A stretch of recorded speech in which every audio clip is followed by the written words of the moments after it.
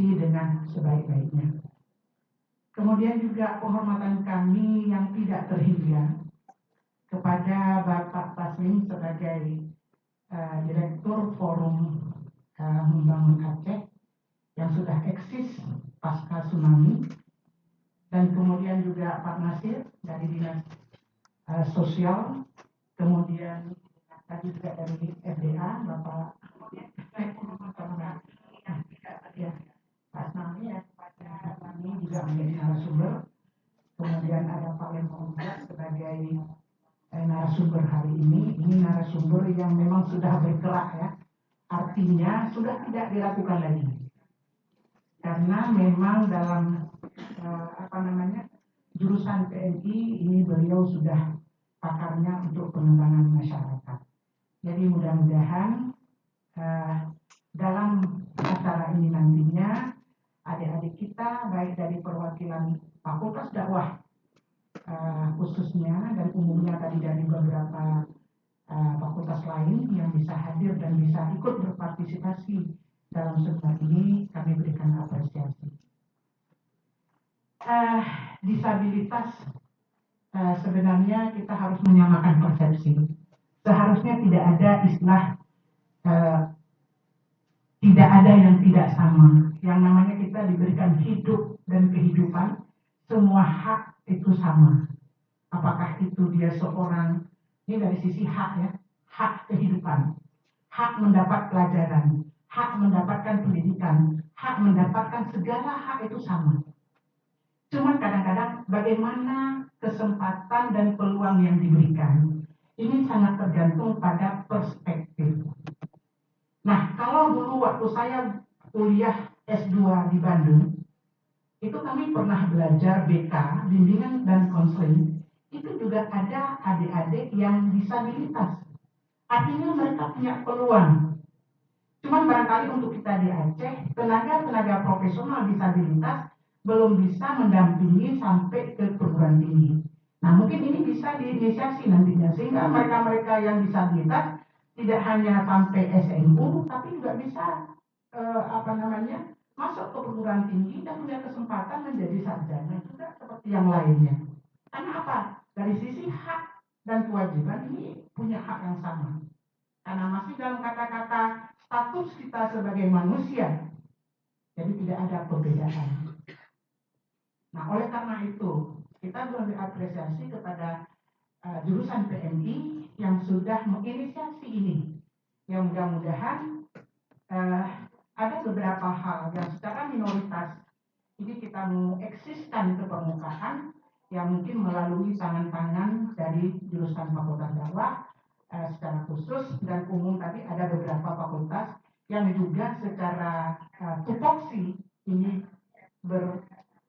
berkaitan. Misalnya tadi BK Tarbiyah yang berada di dunia pendidikan, kemudian juga psikologi, dan juga mungkin dari fakultas fisik ya yang ada korelasinya dalam hal pengembangan masyarakat. Jadi oleh karena itu seminar-seminar seperti ini bukanlah akhir dari sebuah program, tapi ini merupakan awal dari sebuah program, sehingga nantinya barangkali dengan tadi kita tanda tangani MOE terkait dengan bagaimana kita membangun sinergisitas dengan pihak-pihak, apalagi tadi Pak Saslim sudah eksis sebenarnya membantu adik-adik disabilitas itu dari pasca tsunami. Karena memang dulu waktu saya sebagai Direktur Women Development Center Kota Banda Aceh, ini kami juga melakukan ada beberapa misalnya kasus-kasus yang terjadi yang dialami oleh adik-adik disabilitas ditangani oleh Women Development Center Kota Banda Aceh. Jadi saya pikir nantinya kalau memang ini tidak, kita di Fakultas Dakwah ada RK3 yang bisa menangani kasus-kasus yang kita mungkin yang bisa terjadi, seperti misalnya pendampingan kalau dulu itu pada tahun 2000 pasca tsunami itu Pak, itu banyak sekali pelecehan seksual terhadap adik-adik disabilitas.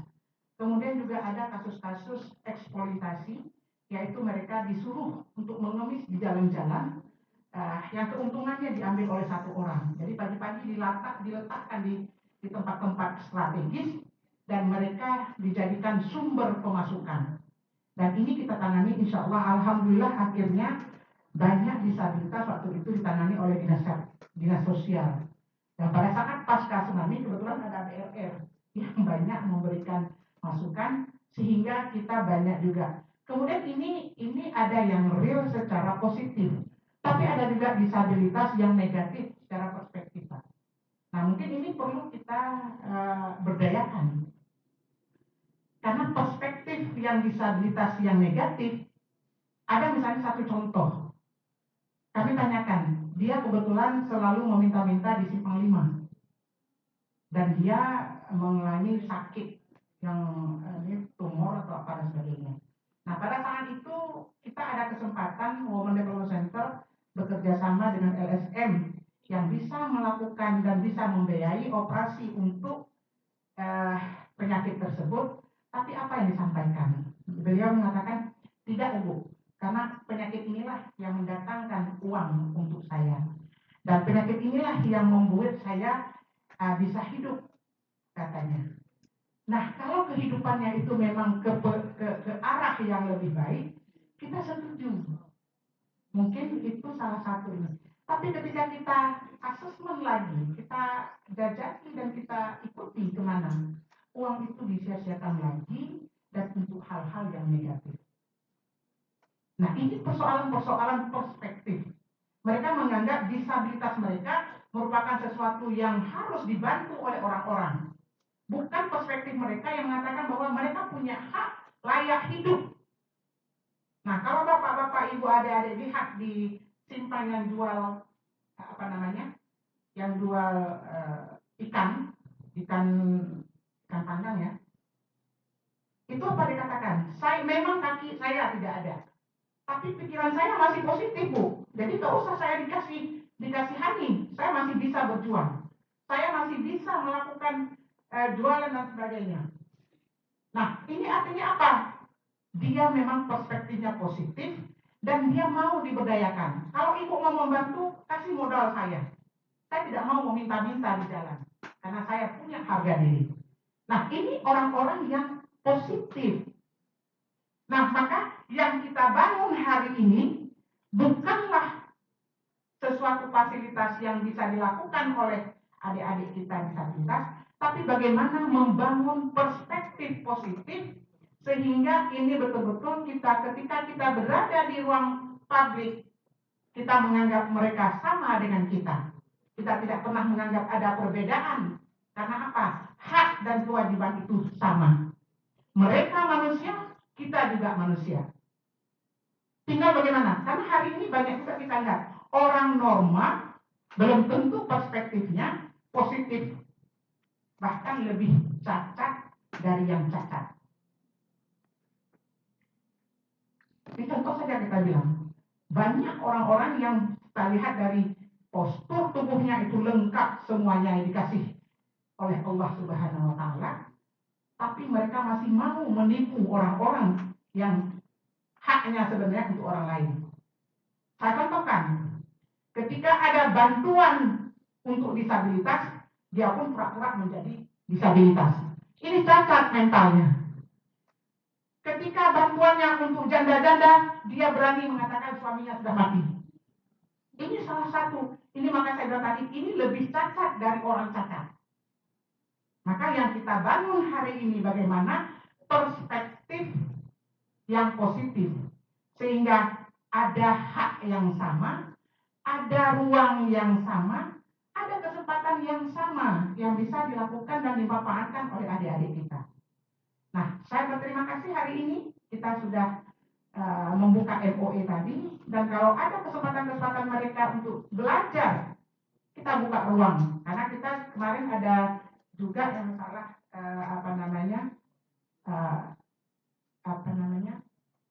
yang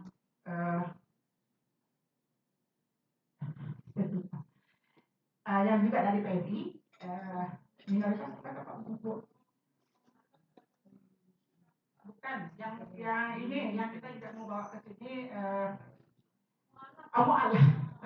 mualaf. Mualaf juga kita menginginkan kalau mereka memang ingin belajar dan sebagainya. Kenapa? Karena sekarang ada kolaborasi yang bisa terputus, tapi bisa dimanfaatkan sebenarnya oleh dosen-dosen yang tidak memiliki kesempatan untuk pengabdian masyarakat. Tuntutan Tridharma Perguruan Tinggi, dosen itu harus ada pengabdian masyarakat. Nah, salah satu ini kalau kita buka, misalnya tadi mualaf center, itu setiap sebulan sekali ada di sini dilakukan dan diisi oleh dosen-dosen kita, itu sudah mendapatkan ini. Jadi kita tidak perlu jauh dan sebagainya. Nah, nantinya juga disabilitas dan sebagainya menjadi narasumber untuk kegiatan-kegiatan misalnya FGD untuk pemahaman atau peningkatan kapasitas adik-adik yang dibutuhkan. Ini juga bisa difasilitasi oleh dosen-dosen. Mudah-mudahan seperti itu. Nah, nanti takut terlalu panjang karena ini waktunya sangat sempit. Barangkali itu saja yang bisa saya sampaikan. Mudah-mudahan MOE ini menjadi berkah bagi kita semua. Dan kegiatan-kegiatan ini saya harapkan adik-adik nanti eksis sampai selesai. Jadi jangan ada, jadi kesempatan-kesempatan ini tidak banyak dan tidak kadang-kadang kita tidak semua orang mendapat kesempatan. Maka oleh karena itu ambil kesempatan ini sebaik-baik mungkin. Baiklah, dengan mengucapkan Bismillahirrahmanirrahim, acara seminar pengembangan masyarakat dengan tema membangun budaya inklusif disabilitas di perguruan tinggi kita nyatakan dibuka. Terima kasih. Saya akhiri. Wabillahi taufiq wal hidayah. Assalamualaikum. Standar pelayanan minimal ini standar yang mendasar, kebutuhan yang sangat mendasar. Pada Undang-Undang Nomor 23 Tahun 2014 terkait kewenangan pemerintah daerah tertuang bahwa salah satu urusan wajib pemerintah adalah urusan sosial. Maka dalam hal ini diperjelaskan kembali, dipertegas di dalam PP nomor 2 2014 terkait standar pelayanan minimal, dan diperkuat kembali dan diperkuat juga di PP di Permendagri nomor 100 tahun 2018 juga, dan 2018 penerapan standar pelayanan minimal. Dan selanjutnya Permensos nomor 9 tahun 2018 tentang standar teknis pelayanan minimal. Standar teknis pelayanan minimal. Maka dalam hal ini mungkin kita tidak berbicara terlalu panjang, terlalu agak ini. Kita berbicara agak yang pelayanan minimal. Oke, ini kita ada juga Kanun Aceh ini tentang kesos. Salah satunya di dalam itu terkait dengan disabilitas.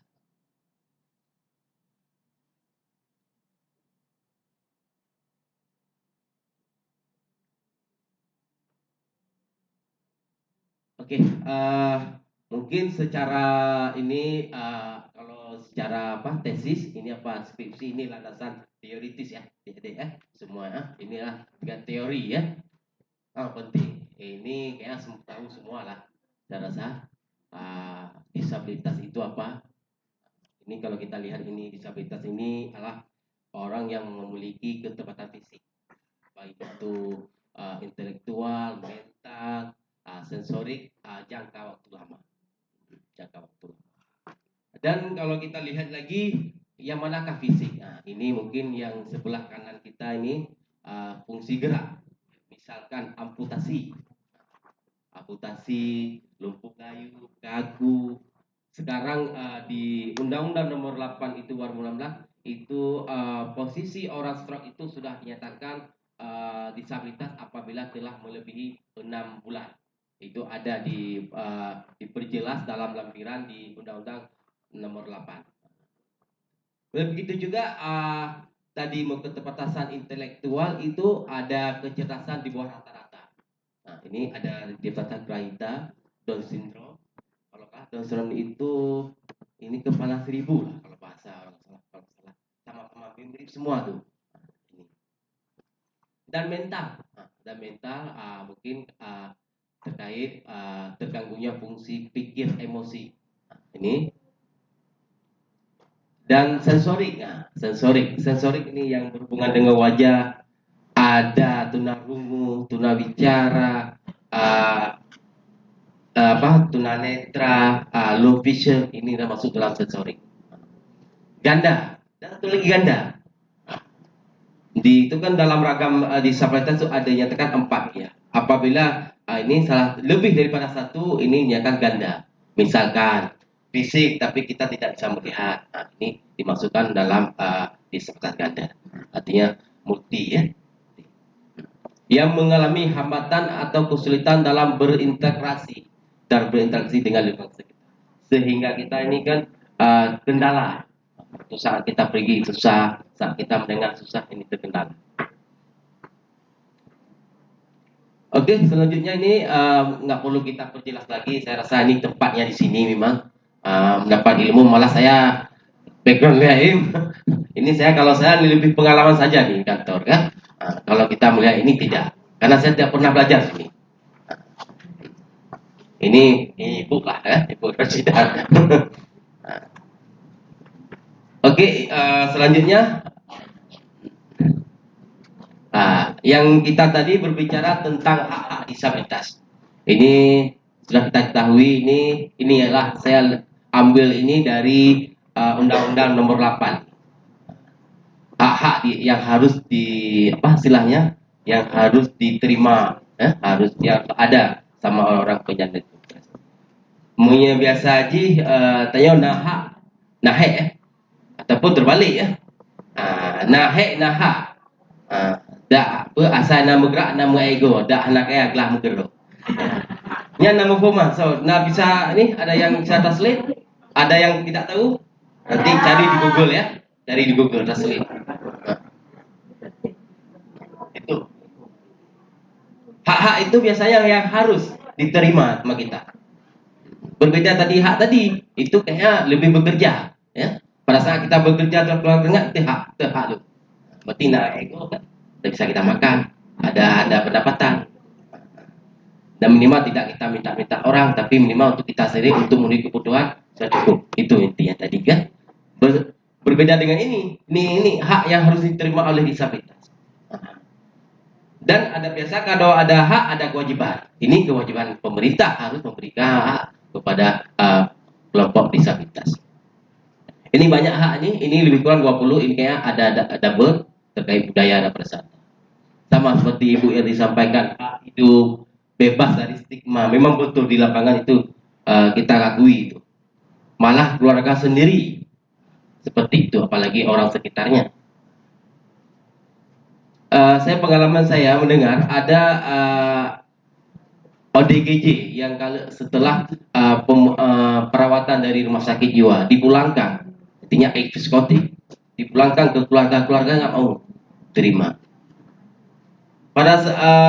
Malah yang pasien tadi ini lebih pinginnya tinggal lagi di rumah sakit jiwa daripada tinggal di rumah sendiri. Begitulah realitanya. Nggak usah pulang, karena pada saat pulang ke rumah makin gila lagi kita. Lebih bagus kita tinggal di rumah sakit jiwa. Seperti itulah. Maka alhamdulillah saya lihat di rumah sakit jiwa itu sudah ada diberikan pembekalan keterampilan. Itu alhamdulillah sudah bagus. Privasi sama juga dengan kita. Mereka butuh privasi dan hal lain. Ini perlindungan hukum, pendidikan. Pendidikan seperti tadi istilahnya pada hari ini kita lebih ke arah pendidikannya kan. Ini mungkin maaf Bu, di tempat kita sudah berapa orang Bu disabilitas?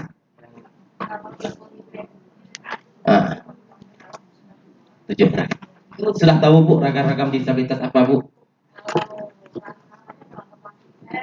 Dari sisi ragam Bu, apa fisik atau sensorik? Nah, iya betul. Kita inginkan setiap kampus itu harus ada. Memang tidak ada istilahnya diskriminasi kepada kawan-kawan kita semua. Tuh. Nah, karena saya mendengar istilahnya kita mendengar dari kawan-kawan karena kayak tunarungu kan agak susah dia kan, karena kita di tempat kita ini tidak ada JBI juru bicara. Ini kebetulan ada nih pulang kan tidak, masih terbatas lah di Banda Aceh. Berapa hari yang lalu kami sempat audiensi dengan pihak terkait. Salah satu isu yang kami ini kan adalah meningkatkan istilahnya juru JBI-nya. Kami harus memberikan pendidikan kepada JBI, bukan kepada disabilitasnya, tapi kepada orang non disabilitas, agar mereka tahu apa yang disampaikan oleh tunarungu tersebut.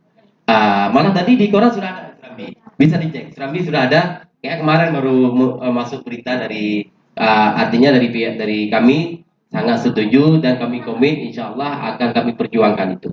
Mungkin melalui BPSDM, ada tempat pelatihannya. Siap. Itu memang betul, memang di pendidikan, ya, di kampus, di sekolah kan. Saya di kantor pun saya mengakui Bu, kewalahan Bu. Saya datang orang ini kadang tidak wajib harus pakai HP Bu. Pakai HP kasih nampak, tulis, bagi ya. Untung saya di kampung itu ada keluarga yang tunarungu Bu. Tapi bahasa jarak kampung. Kalau cewek ini, kalau cowok kadang yang bentar bapak apa ini, kadang kan susah, berbeda, agak berbeda bahasanya sedikit. Tapi mereka mengerti. Alhamdulillah saya diberikan aplikasi khusus, ada aplikasi khusus rupanya, ya, untuk menjawab pada saat kita push langsung keluar. Di Android ada, sudah ada. Yang betul. Ini memang kami mengakui di kantor kami tidak ada JBI. Alhamdulillah mungkin dengan ini usulan-usulan dari pihak terkait, setidaknya kayak kami perkantoran kami dinas sosial itu sebenarnya harus ada. Apa boleh buat kan? Ini belum tercipta. Dan ini cukup banyak, ini saya rasa ini terkait kesehatan. Ini kan kalau kesehatan ini seperti tadi saya sampaikan ini urusan wajib. Salah satu seperti pendidikan, kesehatan, salah satu sosial. Ini urusan wajib yang sangat mendasar. Kesehatan sama. Untuk sana ini saya sempat duduk dengan orang dinas kesehatan, orang rumah sakit pada saat datang itu pasien belum tercatat yang datang itu apakah disabilitas atau tidak dari sisi diagnosa. Alhamdulillah mungkin akan merubah form-form yang khusus seperti diagnosa. Selamat datang Pak Mubarak. Ini ketua Gerkatin kita nih, ketua Gerkatin ya. Kalau terima kasih katanya gini, ya. Ya. Kalau ini sama-sama ya. Itu saya baru ingat, baru 2 ya. Nah, yang belum saya harus banyak belajar nih. Dan keagamaan banyak hak ini sama dengan kita. Pada saat keagamaan itu kalau kita pergi ke masjid bagaimana masjidnya ramah dengan disabilitas tidak. Saya lihat kemarin satu tempat salat Jumat di Sutu, saya bagus tuh. Di Masjid Tukumar itu ada ram yang bisa naik langsung. Kalau di masjid saya di kampung ada kawan disabilitas tuh yang naik motor modifikasi itu dia harus ini terus ada tangga itu tidak ramah. Alhamdulillah saya lihat ini udah bagus. Seperti masjid raya sampai viral tuh mobil lah. Sebenarnya kalau itu memang tepat pakai kursi roda. Ya, karena sebenarnya ramnya sudah ada. Maka karena memang nggak ada tangga bisa salat di halamannya. Memang dipersiapkan bisa salat di luar. Ini banyak hak nih yang kita lihat, ini lebih kurang 20, ada terkait kebudayaan, pariwisata, aksesibilitas, inilah yang kita berbicara aksesibilitas. Nah, semua pelayanan publik harus ramah dengan disabilitas. Aksesibilitas harus mendukung. Ada ram dia, ada tempat kursi pegangan, ada blok untuk tunanetra, dan perlindungan dari bencana. Ini ranah kami dan sekali lagi pendataan ini banyak, ini nggak perlu kita lihat, ini teori. Kita lanjutkan kembali. Sini ya. Ini nggak ini ya, nggak fungsi. Nggak konek. Ini aksesibilitas nih, ini perlu. Ini di kantor kami baru tahun kemarin ya.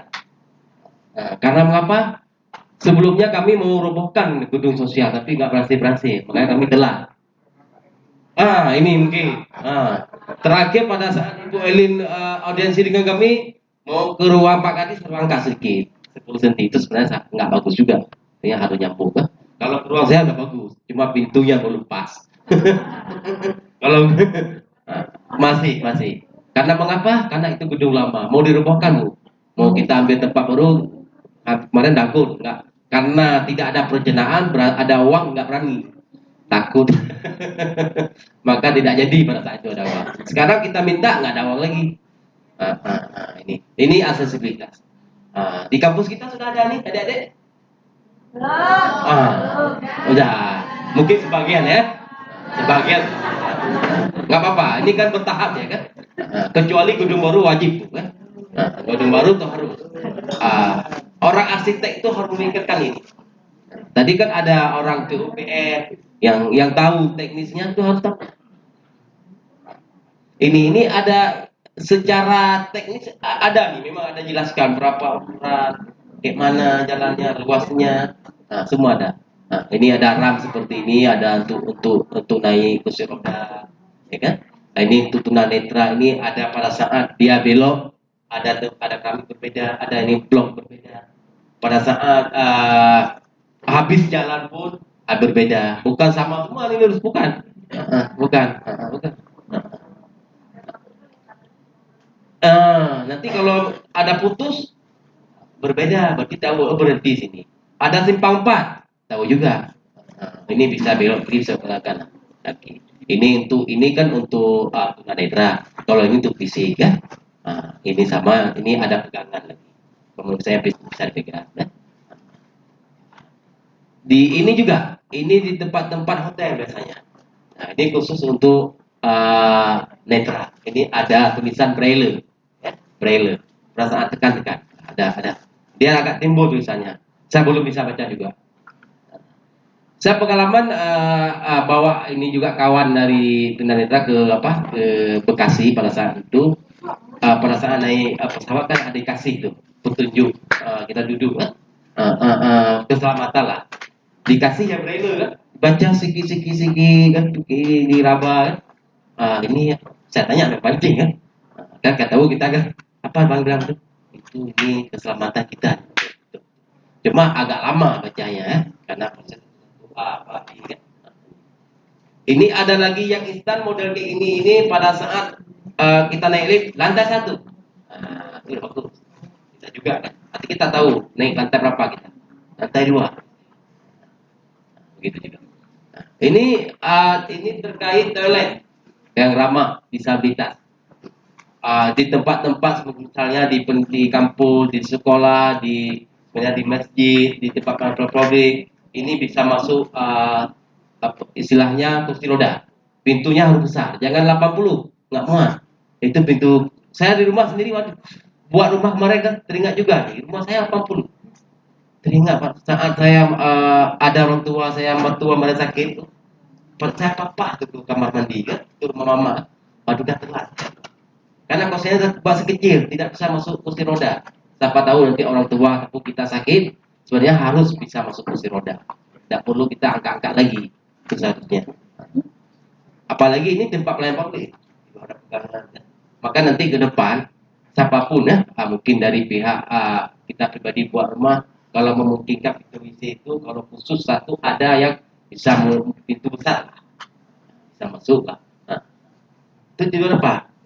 Artinya siapa tahu orang tua kita, ya kan, sakit-sakit ataupun kita tidak perlu ini lagi, bisa masuk ke 11 ya, tidak rugi Pak. SD saya Pak, si Resos saya Pak. Ini versi Android, sistem informasi reputasi sosial untuk pendataan disabilitas tuna sosial PPKS Pak, yang ada di bawah Resos. Alhamdulillah ini sudah kita buat kemarin. Di tingkat kabupaten sudah dipakai terkait panti-panti. Ini kami buat satu khusus bidang kami, karena ini tanpa biaya, makanya tanpa biaya pemerintah, makanya alhamdulillah dapat kecil-kecilan dulu. Kalau memungkinkan kita lanjutkan. Ini dalam sini ada pendamping-pendamping, ini banyak yang ini terkait data nanti melalui aplikasi ini nanti kami balas. Nah, ini apa istilahnya notifikasi via WA, via email itu sudah bisa. Oke, ini alat kami untuk melakukan pendataan disabilitas. Lanjut. Inilah hasil aplikasi inilah data kita untuk saat ini. Ini 18.688. Ini beragam ini. Ada berdasarkan ragam disabilitas. Oke, ini bisa kita lihat yang banyak untuk semua ini daksa, artinya fisik ya. Oke, lanjut. Alhamdulillah ini juga bisa muncul ini. Ini berdasarkan kabupaten, tadi berdasarkan ragam. Oke. Ini kita lakukan pendataan kemarin 2 tahun yang lalu, 2 tahun yang lalu. Mungkin walaupun tidak 100% ini sudah menyentuh kebenaran ya, sudah menyentuh benar. Karena ini kita tahu disabilitas ini bisa terjadi hari ini ada orang tabrak, kecelakaan bisa terjadi, orang musibah kebakaran bisa terjadi, orang baru lahir bisa terjadi. Maka ini namanya data ini berubah-ubah. Ini oke lanjut. Inilah data. Alhamdulillah kita dalam waktu kita entry satu data ini bisa kita hasilkan. Ini bisa dihasilkan berdasarkan jenis gendernya, berdasarkan ragam disabilitasnya, ini berdasarkan rentang umurnya. Kita tahu berapa anak-anak umur 5 tahun disabilitas tahu. Inilah hasil daripada aplikasi tadi. Oke lanjut. Alhamdulillah berdasarkan tadi kita sampaikan urusan wajib pemerintah salah satu bidang sosial dan dikuatkan dalam beberapa aturan-aturan kami dinas sosial dalam hal ini di pelayanan yang paling mendasar ada di SPM kita ini bidang sosial adalah di Provinsi Rehabilitasi Sosial Dasar Penyandang Disabilitas terlantar di Dapan. Perlu diketahui kami untuk saat ini fokus kepada disabilitas di dalam panti. Inilah kewenangan kami. Oke. Bukan disabilitas semua tugas kami tidak. Dulu oke. Ini sekarang sudah bagus. Transisi sudah bagus. Ada perbagian tugas. Yang mana yang dilakukan oleh kabupaten, yang mana yang dilakukan oleh provinsi. Cuma juga sedikit di provinsi belum ada panti disabilitas untuk semua kategori ragam disabilitas. Baru ada tunanetra. Kami sudah membuat SOTK baru. Sudah kita usulkan kemarin tidak diinikan. Yang ada 2 yang istilahnya berhasil tapi belum disahkan oleh Kemendagri. Maka dalam panti ini dari kita ada 5 ya, ada terlantar, lansia, tunasosial itu duduk di bawah kami di bidang resos. Patutnya hari ini sebenarnya Bapak Isnanda. Ya, ini tahu semua beliau. Iya, betul alhamdulillah. Saya lihat memang orang-orang dinas berapa orang dosen di sini, alhamdulillah. Akademisi dan praktisi bagus ya. Ini yang berbeda di bidang kami adalah Linjam Sos terkait perlindungan dan dinas sosial. Ini pada tanggap darurat di bidang kami. Dan selanjutnya, oke, snack. Ini di sosial di ini bukan tadi luar panti ya. Ini kami tangani adalah rehabilitasi sosial karena ini merupakan standar pelayanan minimal. Sebagaimana kita tahu ini sebagai proses refungsional.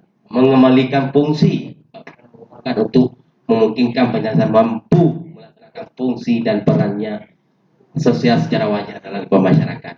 Inilah yang kami untuk saat ini kami lakukan sesuai SIPD. Kalau di dinas SKP itu ada istilahnya aplikasi anggaran khusus ya. SIPD ini sistem informasi penganggaran daerah.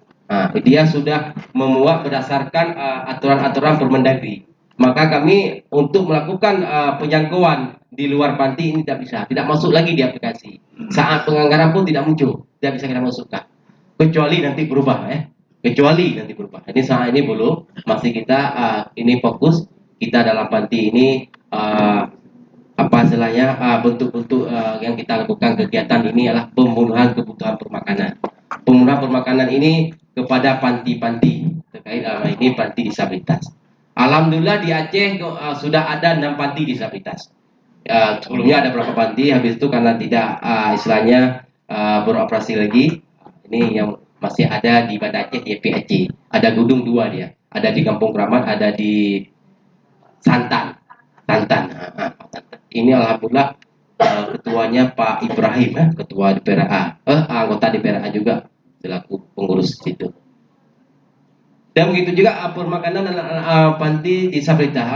Cuma yang jadi hal juga pemerintah Aceh dalam ini dinas sosial memberikan subsidi permakanan kepada anak panti hanya 5.000 satu hari.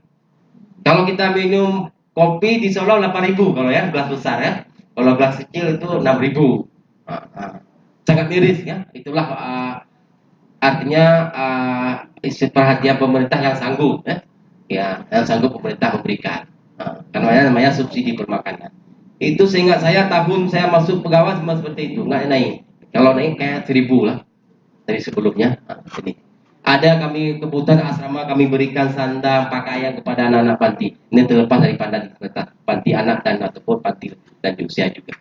Penyediaan alat bantu, fokus kita pelayanan kesehatan, bimbingan.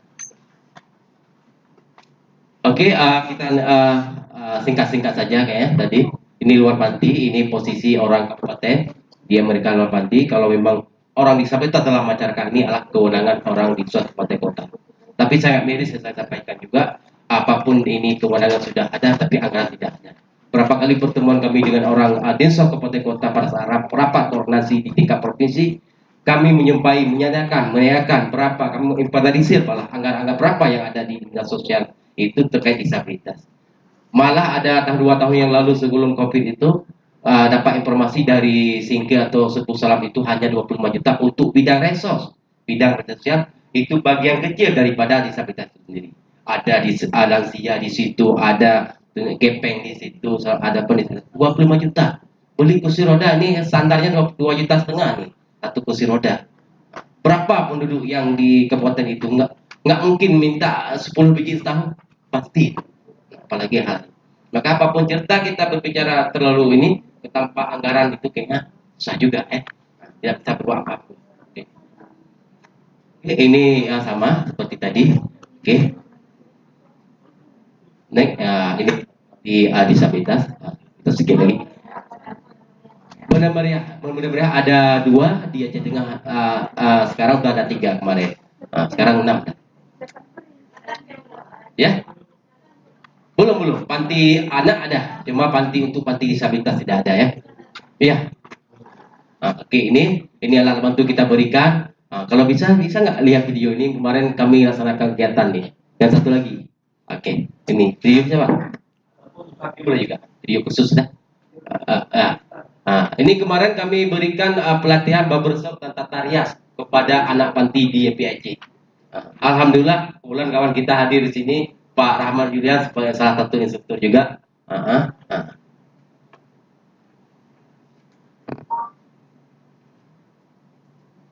Ini kegiatan ini sudah kita lakukan untuk tahun ini 2 tempat di Aceh Tengah, di Rizka Mubarak, dan hari ini yang foto ini di YPAC Aceh Besar. Modelnya saya sendiri, ya, modelnya sendiri, rambut saya. Kayaknya iya, rambut ini masih belum mau pangkas yang ini ya. Ini belum. Ini yang ini instrukturnya disabilitas fisik. Ya. Ini Pak Rahmat nih. Tepuk tangan untuk Pak Rahmat nih. Pak Rahmat nih. Pak Rahmat. Nanti Pak Rahmat ini. Pak Rahmat ini tahun 2021 kalau salah ke Bekasi untuk mendapatkan pelatihan message ya, refleksi. Alhamdulillah pada kesempatan itu kami berikan sebagai instruktur. Biar pada saat pangkas itu agak dibayar mahal. Kami pada saat itu kami buat pelatihan pangkas plus tutup wajah plus masker. Kalau di tempat bersab kalau potong biasa 40.000 ya. Kalau ada 35.000 lah. Kalau tambah masker tambah 50.000 kalau lah. Kalau tutup wajah tambah pijik kepala itu 100.000 nggak kemana. Maka alhamdulillah kemarin saya gratis. Ini ada lagi untuk cewek kita berikan dataria. Minimal untuk acara-acara di panti-panti tersebut dia bisa merias kawan-kawannya sendiri. Ini untuk melatih kemandirian. Oke, biar.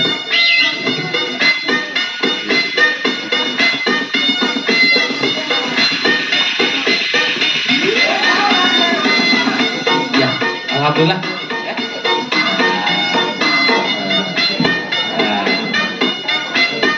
Ini kita berikan 5 hari. 5 hari. 5 hari kita berikan pelatihan untuk Pak Profesor. Alhamdulillah 4 hari teknisnya alhamdulillah sudah bisa berikan pangkat, tapi untuk belajar kembali ya. Saya yakin ini anak-anak saya lihat dari sensori ini yang tunarungu cepat tangkap ya, cepat. Kelebihannya ini kan tadi tidak ada kelebihan masing-masing. Saya yakin posisi ini kami akan kembangkan lagi sesuai kebutuhan yang ada di Panti. Mungkin keterampilan apa rencana saya ke depan nanti, mungkin kalau nggak hidroponik ada yang jahit sepatu dengan kegiatan 4 hari mereka bisa istilahnya mandiri lah. Nanti kalau memang lepas daripada Panti dia mencari pendapatan sendiri. Nah, kalau kita tidak perlu. Ada lagi kami kemarin ada membuat pelatihan masih kerjasama di BLK di Aceh Utara lagi dilaksanakan hari ini masih sekitar 20 hari ini kerjasama kolaborasi anggaran Pak. Dari BLK yang menanggung kegiatan-kegiatan, kami menanggung biaya transportasi uang saku, sekali kami berikan toolkit. Udah pengalaman kami sebelumnya, kami berikan toolkitnya bantuan aja tidak berhasil Pak, tanpa didasari oleh pelatihan. Alhamdulillah. Karena di Aceh Barat kemarin tahun kemarin kami magangkan lagi di tempat Langa. Alhamdulillah ada beberapa orang diambil untuk kerja di situ. Alhamdulillah. Oke. Ini sedikit mungkin karena ini berbicara pemerintah sedikit terkait dinas registrasi. Ini alhamdulillah untuk disabilitas yang tidak bisa hadir ke tempat untuk proses admin itu, mereka tim dari dinas registrasi bisa datang ke rumah untuk mengambil untuk proses KTP ataupun KK. Ini dikasih bisa.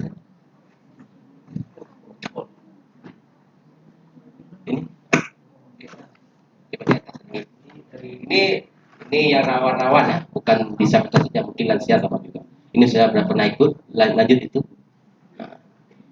Ini dari Dinsos yang sedang buat ini turunan daripada kanun Aceh dalam proses dalam akhir hukum kemarin mereka ada beberapa perubahan, nanti kami coba kembali perbaiki. Insya Allah nanti pada saat biro hukum akan ditelaah lagi, mungkin akan dipanggil kawan kita dari pihak disabilitas, mungkin penggiat-penggiat dari instansi terkait. Oke lanjut. Oke sedikit lagi kayaknya. Ini dari dinas sertifikasi yang telah melakukan terkait admin itu bagi minoritas. Oke, ini datang ke rumah ya. Coba kita lihat foto-fotonya. Oke lanjut.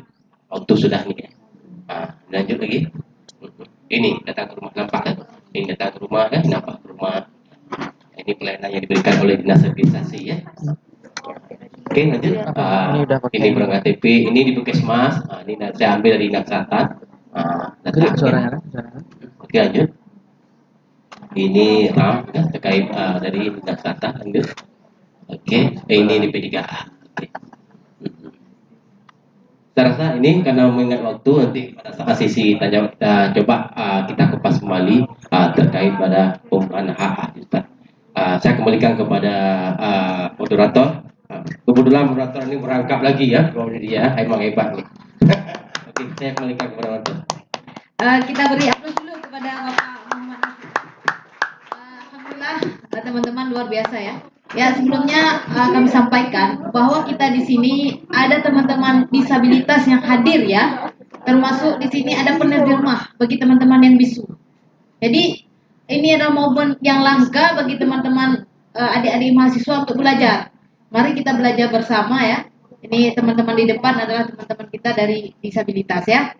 Oke, ada Kak Syifa tadi termasuk yang ngaji ya, Pak Asnawi ya, dan banyak. Pak Rahmat, saya lagi fokus Pak Asnawi mau kedua. Ya, Pak Rahmat, ada Afi. Oh ya, tunarungu ya. Oke, baik. Saya minta maaf, itulah yang perlu kita belajar hari ini ya. Saya aja udah salah nih ya. Oke, baik. Oke, kawan-kawan tuli kita ya. Baik. Oke, kita lanjut ke moderator narasumber kedua ya. Jadi narasumber pertama sudah ini tadi Jadi teman-teman juga perlu ketahui kita ada door prize nanti ya.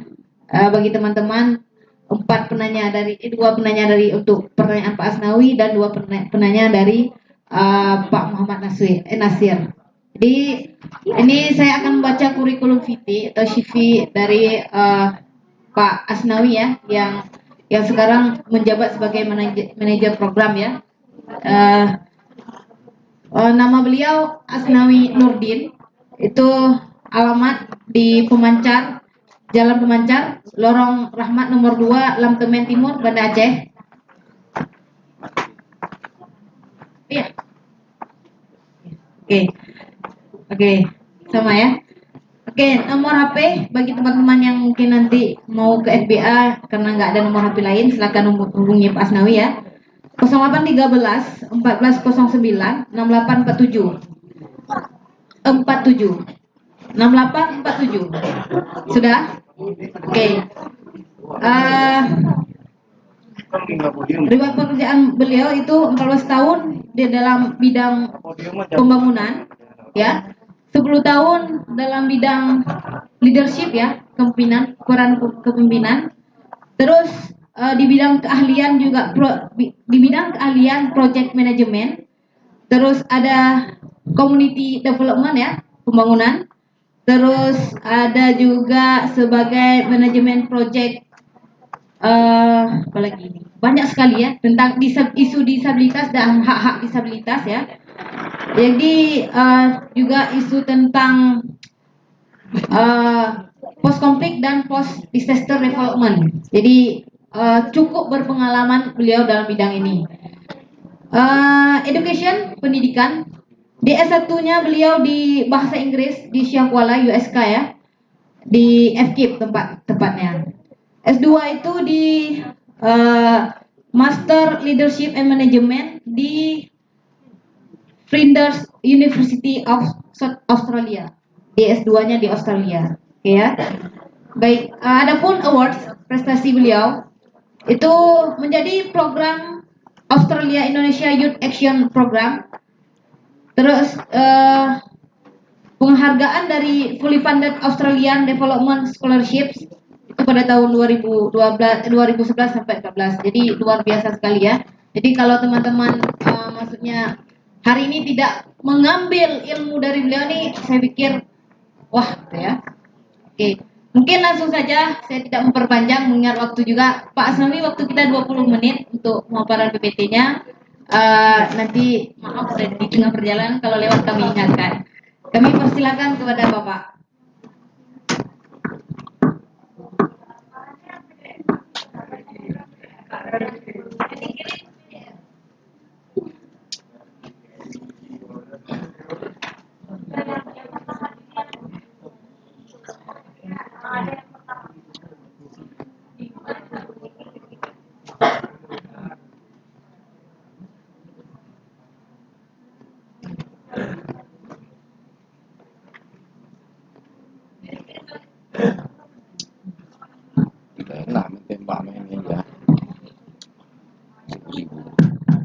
Assalamualaikum warahmatullahi wabarakatuh.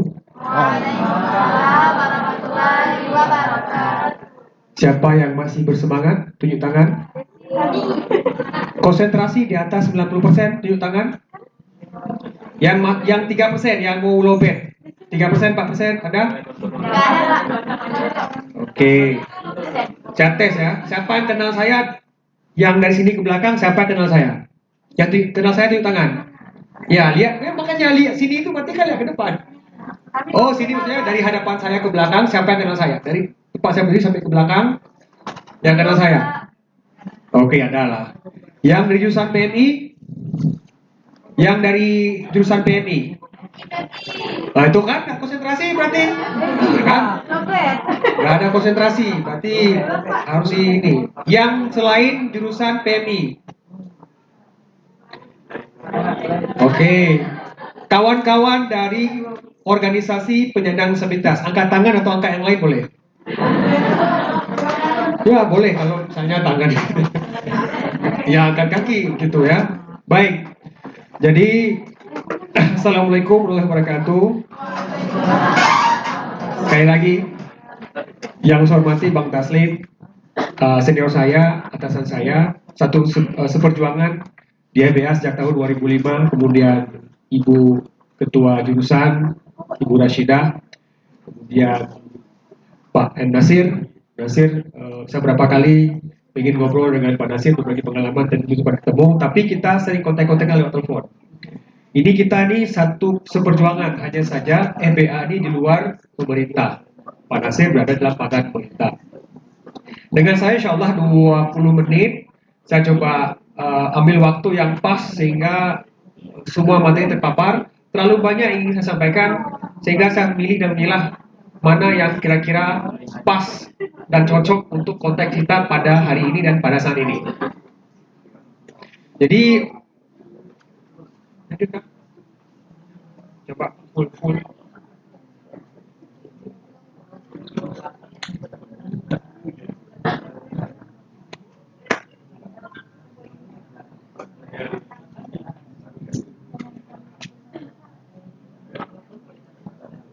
Oke, kemudian yang terpenting dan yang sangat spesial hari ini adalah kehadiran rekan-rekan DPO, para pejuang disabilitas. Ini ada Kak Elin, senior saya juga, dan ada Bang Mubarak, ada rekan-rekan yang lain, ada Syifa dan kawan-kawan, termasuk JPI juga yang saya hormati, dan panitia yang hadir pada hari ini. Bapak Ibu sekalian, adik-adik semua yang saya hormati, kita momen ini kan terbatas, seperti disampaikan oleh Bang Taslim di Pak Taslim tadi, bahwa isu disabilitas ini belum sepenuhnya kita pahami bersama, dan kita sebagai mahasiswa, sebagai motor lokomotif untuk perubahan di Aceh di masa yang akan datang, saya kira penting sekali untuk mengambil momen-momen ini untuk belajar. Jadi pulang ke sini dan pulang sesuatu. Apa yang adik-adik harapkan dari seminar ini? Tadi Pak Nasir sudah menyampaikan panjang lebar. Saya kira itu ada ceritanya. Saya tes dulu ya. Jadi saya tes dengan cara ini disabilitas apa? Yang besar suaranya, cuci tangan. Visi. Kenapa? Kita tahu nggak beliau ini punya disabilitas lain? Nggak tahu kenapa? Kita tahu nggak beliau ini mengalami gangguan jiwa? Nggak tahu. Orang berbicara, kita bisa melihat nggak dengan mata? Nggak bisa. Jadi tidak semua disabilitas itu kelihatan dengan mata. Jadi jangan berasumsi. Dari kecamatan Pekan Badak Aceh Besar. Ada di Pekan Badak? Tidak ada. Jadi poin saya ini hanya foto pemantik saja untuk saya bertanya berteman-teman. Saya hari ini ingin memulai dengan memframekan hubungan antara disabilitas dan kemiskinan. Bapak Ibu sekalian yang saya hormati, bila kita memiliki keluarga yang ada anggota dengan disabilitas, maka resiko untuk masuk ke jurang kemiskinan lebih besar. Karena beban tambahan ditanggung oleh keluarga untuk membesarkan, kasih makan, pendidikan, dan seterusnya. Apalagi ada 3 orang dalam keluarga kita. Jadi, dan kita menemukan itu di banyak tempat. Jadi pernikahan suami istri hidupnya bahagia, kemudian punya anak, bukan berarti nggak bahagia, bebannya bertambah. Jadi orang yang hidup miskin sangat beresiko untuk memiliki anak atau keturunan yang disabilitas. Keterbatasan terhadap makanan yang bergizi, kemudian punya sakit jak orang hanya pada dokter hanapeng jauh di tempat tinggal dan seterusnya. Kemudian pendidikan, pekerjaan yang beresiko, termasuk pekerjaan-pekerjaan jauh laut, ya, bangunan dan sebagainya, beresiko. Kemudian kalau sudah disabilitas, maka dia juga rentan untuk jadi miskin. Nanti ada kaitan dengan dukungan keluarga. Kalau semua faktor pendukung dari keluarga tidak cukup, nggak memadai, maka dia berisiko untuk kembali miskin, dan itu berputar seperti lingkaran setan. Ya, oke ya, jauh, dekat ya.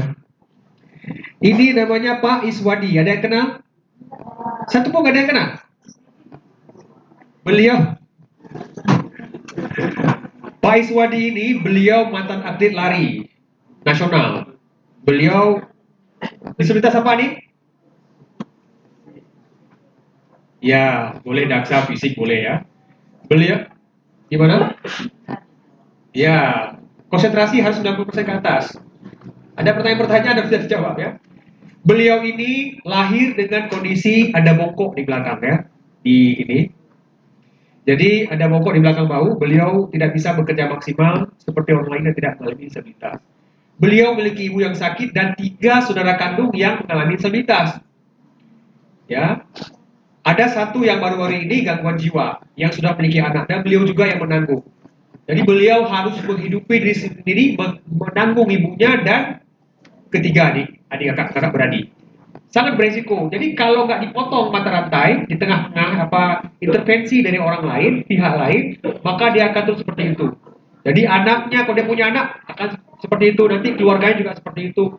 Jadi keluarga dan keluarga besar dan support system di sekitar itu harus mendukung. Jadi saya ingin mengembalikan kepada konteks disabilitas ya. Jadi disabilitas dan hambatan-hambatannya. Ada 3 level. Yang pertama adalah level individu. Nah, kawan-kawan disabilitas, banyak dari mereka itu diri mereka ini sebagai hambatan, nggak menerima mereka ini sebagai orang disabilitas. Bahkan menstigma, bahasa Inggrisnya, bahasa Jawa aja disebut dengan self stigma. Kalau bahasa Arab, jadi self stigma, menstigma sebagai orang nggak mampu. Konteks tadi berhubungan dengan dempak jalan, ya kan? Lu hanya mampu, lu layak terima zakat, layak terima bantuan. Sehingga nggak mau terberdaya dan memanfaatkan kondisi disabilitas itu untuk mendapatkan keuntungan finansial atau belas kasihan orang lain. Sehingga harus diberikan motivasi. Jadi motivasi dari penerima diri itu penting. Sampai kemudian diskriminasi, dia berdiskriminasi dia sendiri dari lingkungan, kemudian di keluarga. Pengalaman kami, keluarga itu adalah fase pertama untuk menumbuhkan rasa penerima diri oleh orang dengan disabilitas. Kenapa beberapa disabilitas itu bisa sampai S2, S3? Bisa sampai bekerja di lembaga internasional dan aktif di mana-mana. Pakar pertama lah ibu dan ayah, keluarganya. Kalau keluarganya sudah mengucilkan dia di keluarga, maka dia nggak akan memiliki kesempatan untuk bisa berdaya.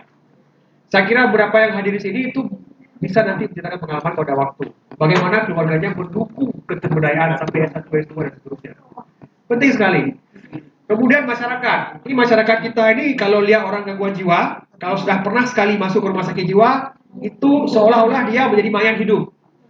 Jadi nggak bisa menikah, nggak bisa bekerja, dianggap seperti itu. Padahal dia memiliki fase gangguan jiwa dan ada fase tidak gangguan jiwa, kambuh dan pulih.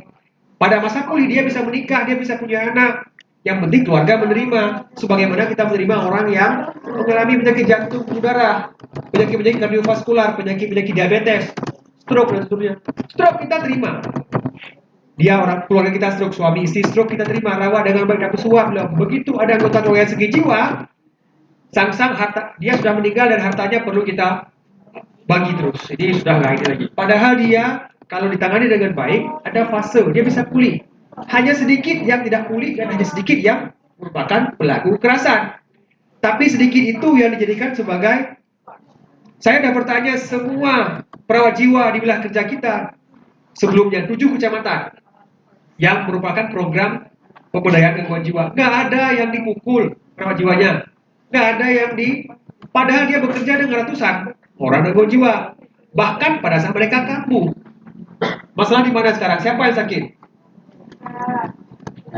Benar. Kemudian lembaga.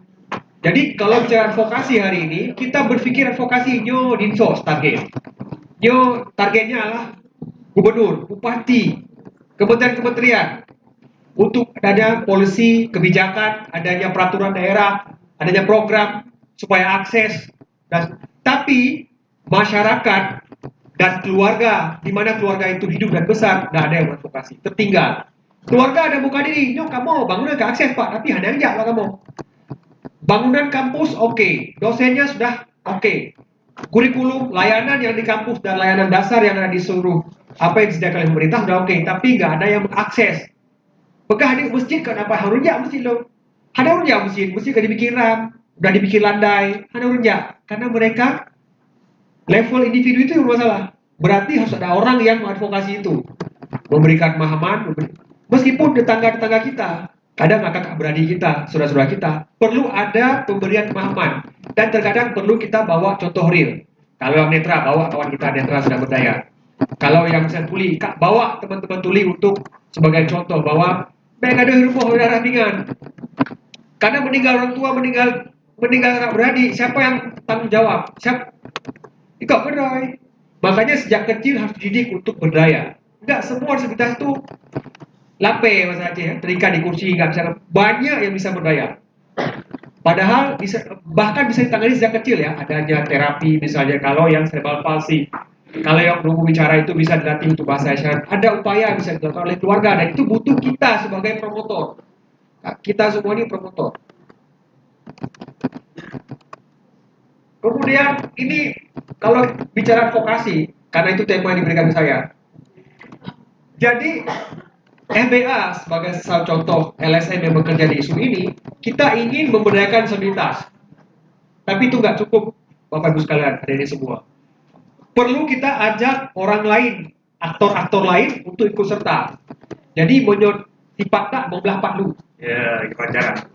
Kami ingin berdayakan disabilitas, tapi kami juga bahasa kerennya GG Pak Keci.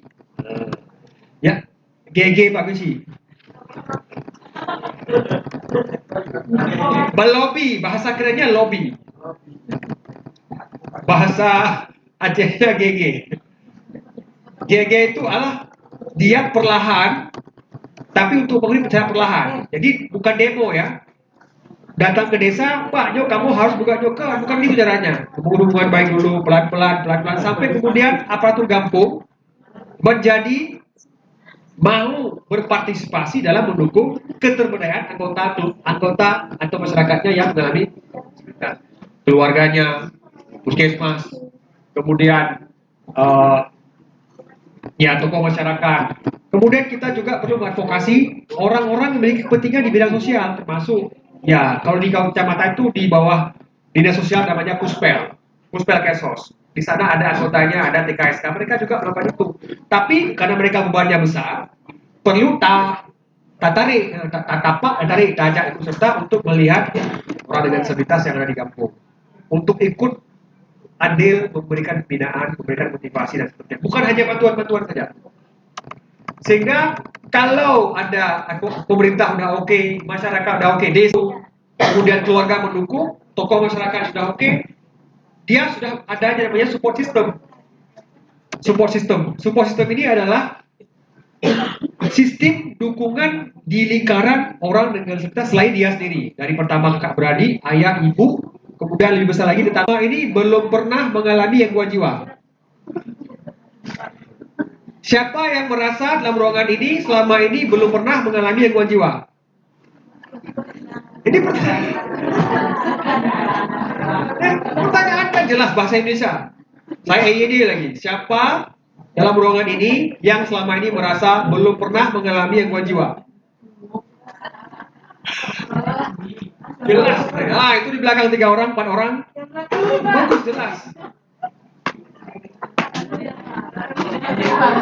Saya tidak pernah semua. Ada penelitian yang melakukan selama fase hidup kita pernah mengalami suatu fase mengalami disabilitas. Memang definisinya itu permanen atau jangka waktu lama. Orang yang memiliki hambatan, memiliki keterbatasan, botak lah apa segala macam, terus memiliki hambatan lingkungan, plus jangka waktu lama, itu definisinya kan berdasarkan Undang-Undang Nomor 8 2016. Tapi ada fase ketika kita tua, osteoporosis, nggak bisa dengar, nggak bisa lihat, misalnya kan. Ketika kita masih bayi, masih kanak-kanak, dan seterusnya kan.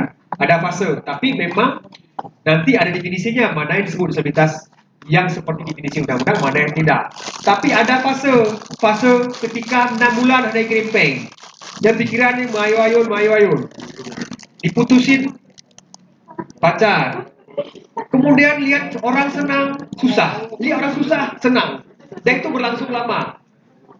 Itu bagian daripada gangguan jiwa. Makanya kalau dibilang disabilitas psikososial itu jangan pikir orang yang cuma jalan-jalan seperti Bang Alu dulu. Dapat pakai handuk, rambut keriting, tak mandi, itu jalan-jalan. Bukan itu. Dan kita mungkin pernah mengalami dan kita nggak sadar. Tandanya gangguan jiwa itu kalau sudah masuk ke fase menengah atas itu kalau merubah perilakunya. Ada pegang bangkok, boleh. 3 bulan kita nggak mau interaksi dengan orang. Burung di kamar, nggak makan. Kemudian semua salah, cuma kita yang benar. Atau kita menyalahkan diri kita, orang lain yang benar. Dan itu berlangsung lama. Depresi, stres. Nanti kalau yang sesi gangguan jiwa itu ada sendiri, dan itu butuh pada SKS. Di sini juga ada kan SKS-nya, kan gangguan jiwa DGJ, tapi bukan DGJ aja.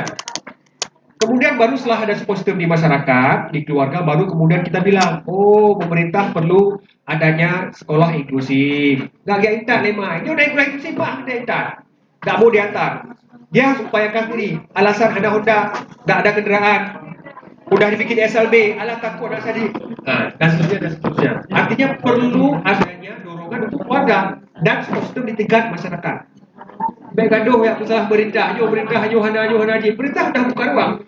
Keliru ya, ada beberapa hal keliru, dan itu tugas kita untuk ikut serta memberikan sumbangan pengetahuan, termasuk dalam kaitan dengan aksesibilitas.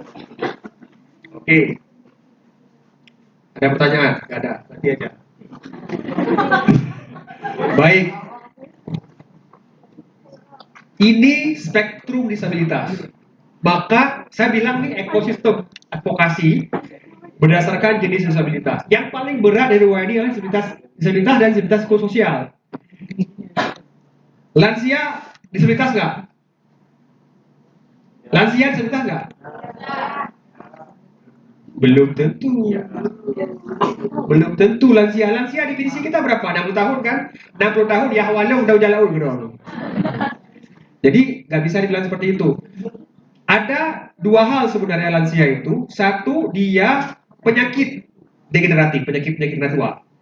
Penyakit umum ya, kayak orang muda juga mengalami seperti diabetes, akut, kemudian penyakit jantung, udara, stroke. Itu penyakit-penyakit bisa dialami oleh orang muda. Ada yang khusus lansia, seperti osteoporosis, pengapuran tulang, yang khusus lupa, kemudian nyeri sendi, Parkinson, betul, Parkinson, dan sebagainya. Itu penyakit lansia, khusus lansia. Kalau anak muda kita nanya begini, lemon, itu bisa jadi penyakit lain, seperti misalnya cerebral palsy. Belum selesai makan.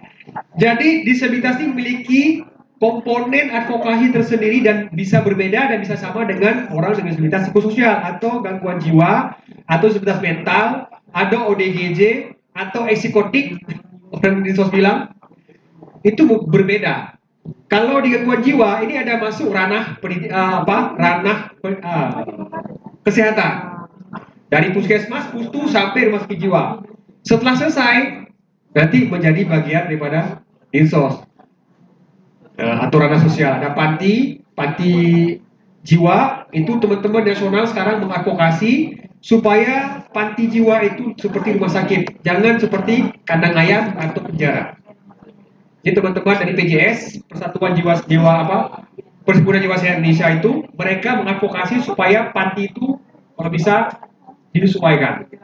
Jangan pas masuk cukur rambut, langsung dia pup di situ, tidur situ, seperti binatang, seperti ayam, diperlakukan seperti itu. Oke, 5 menit, insyaallah. Jadi kalau misalnya disabilitas, dia memiliki komponen advokasi sendiri. Dinsos masuk dalamnya, kemudian hubungan dengan desa, hubungan dengan keluarga, hubungan dengan pemberi bantuan, kemudian sekolah inklusif dan seterusnya. Tapi gangguan jiwa itu berbeda. Dan gangguan jiwa, bagus sekalian, adik-adik semua, itu dia mengalami double stigma dan double diskriminasi dan double perlakuan salah, perlakuan kasar, kekerasan, kekejaman dan seterusnya. Kalau kita melihat ada kawan-kawan orang dengan disabilitas sosial di jalan mendekati kita, apa yang kita lakukan? Konsentrasi menurun. Kalau ada orang gangguan jiwa datang mendekati kita, laki-laki lah bukan perempuan. Oke, perempuan boleh juga. Mendekati kita, apa yang kita lakukan? Lari. Itu namanya adalah stigma. Mereka ini berbahaya. Itu stigma. Jadi kita menstigma mereka ini berbahaya, padahal belum tentu. Kalau orang laki-laki kasih rokok terus, nah itu kok sih Pak? Padahal dia nggak minta rokok. Ya. Jadi itu tadi saya bilang tentang ekosistem advokasi. Kemudian peluang. Nah, karena saya bilang peluang dan tantangan, saya baca peluang dulu. Peluang tadi Pak Nasir sudah menyampaikan beberapa hal. kita di tingkat global sudah ada beberapa konvensi, dan yang terakhir yang berhubungan dengan disabilitas itu namanya konvensi tentang hak penyandang disabilitas disebut dengan UNCRPD. Itu dirancang 2006, disahkan 2008, diratifikasi di Indonesia tahun 2011. Dan sebelum-sebelumnya sudah ada konvensi tentang anti kekerasan, konvensi-konvensi yang lain begitu ya, sudah ada. Dan kemudian dari situ ada Undang-Undang Nomor 8 2016 dan turunannya 8 atau 9 per PP dan Perpres, termasuk 4 di bawah Kemensos. Kemensos itu ada 4, 3 PP, 1 Perpres. Sisanya nanti Kemenhub, termasuk yang berhubungan dengan perguruan tinggi. Ada Permenristek Dikti, ada Permendikbud. Bahkan kalau Permendikbud itu sudah lama, sejak keluarnya Undang-Undang Sisdiknas. Sudah ada keluar tentang, bahkan Juknis di tingkat sekolah dasar, TK sampai SMA, sudah ada. Juknis bisa dijadikan sebagai patokan. Kalau Kementerian Agama, APMA, itu 2020, 2022 saya membaca sedang diproses. Tapi yang tingkat SMA, madrasah aliyah ke bawah sudah ada. Juknis untuk pendidikan inklusif. Seperti itu. Kemudian sudah ada itu 2022 maksud saya 2022. Itu yang dikti sudah punya kalau dikti, tapi dikti Mendikbud sudah, tapi kalau PMA saya belum tahu, yang agama belum tahu, belum ada kayaknya. Kemudian di tingkat nasional turunan dari satu PP 70 2019 tentang namanya RIPD yang tadi Pak Nasir sampaikan, rencana induk penyandang disabilitas.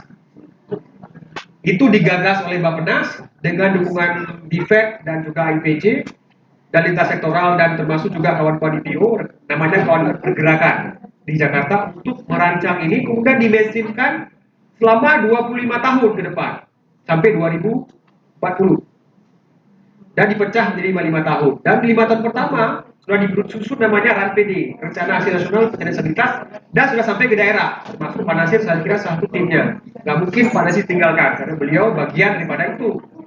Jadi RAD itu rencana di daerah, di Aceh sudah diproses di Bapeda, tapi sekarang udah agak dingin sedikit. Ahli kunjungan lapangan, lagi proses penyusunan. Rencana aksi daerah penyandang disabilitas itu sebuah kesempatan. Jadi nanti ada sekitar 9 tujuan strategisnya dari pertama disabilitas dan sebagainya, itu menjadi bagian. Kemudian di Aceh Besar sudah ada kanun khusus tentang penyelenggaraan terhadap penggunaan disabilitas, lebih kurang nomor 4 tahun 2021. Itu juga sebuah kesempatan, satu-satunya di Aceh ada ini semua. Kanun berhubungan dengan disabilitas. Ada sekitar 80-an di seluruh Indonesia dari 38 provinsi, dan di tingkat provinsi ada 8 atau 9 kanun atau perda di tingkat provinsi, dan 2 diantaranya full Jakarta dan Jogja. Artinya provinsi dan seluruh kabupaten kota memiliki aturan khusus tentang kita baru Aceh Besar. Kalau yang di provinsi itu kanun sapu jagat, kanun kesos, semua di situ. Semoga ke depan kita bisa advokasi ya Pak Nasir ya. Kalau enggak pergub lah minimal ya. Pergub kalau enggak kanun. Pergub udah mulai. Minimal ada satu kita payung hukum yang menaungi disabilitas ini. Sebab kalau kanun kesos itu semuanya di situ. Udah turunnya ya. Nah, gitu. Ini kita kalau pemerintah punya direktorat Rensos, sampai nanti di provinsi kabupaten punya namanya kasih atau koordinator bidang Rensos. Direktorat PTN Keswa kalau Kementerian Kesehatan, sampai di kabupaten namanya, di provinsi namanya kasih PTN Keswa. Kemudian ada organisasi penyandang disabilitas yang sebagian besar sudah mulai efektif. Jadi orang-orang ini, kawan-kawan penyandang disabilitas ini, jangan kawan-kawan anggap remeh, ini pengetahuannya luar biasa. Bisa dimintai pendapat. Yo, lo perlu pegang rumah, gimana cara bodoh. Jadi pengetahuan itu bukan hanya di bawah Kementerian PU atau arsitek, tapi juga kawan-kawan di PO belajar itu. Karena mereka pejuang disabilitas dari ujung ke ujung, mereka harus hafal, harus paham. Jadi hak-hak, kemudian sampai yang kecil-kecil, sampai nanti bagaimana kita bisa memasang hand grip, kemudian keran, kemudian pintu, kemudian lantai. Jadi kalau kita bikin bangunan, undanglah perwakilan 3-4 orang mewakili ragam disabilitas, coba uji, coba tes. Itu baru betul. gitu ya. Kemudian kita punya beberapa desa inklusif dan saya kira beberapa di antaranya adalah hasil kerja EBA dan mitra-mitra EBA.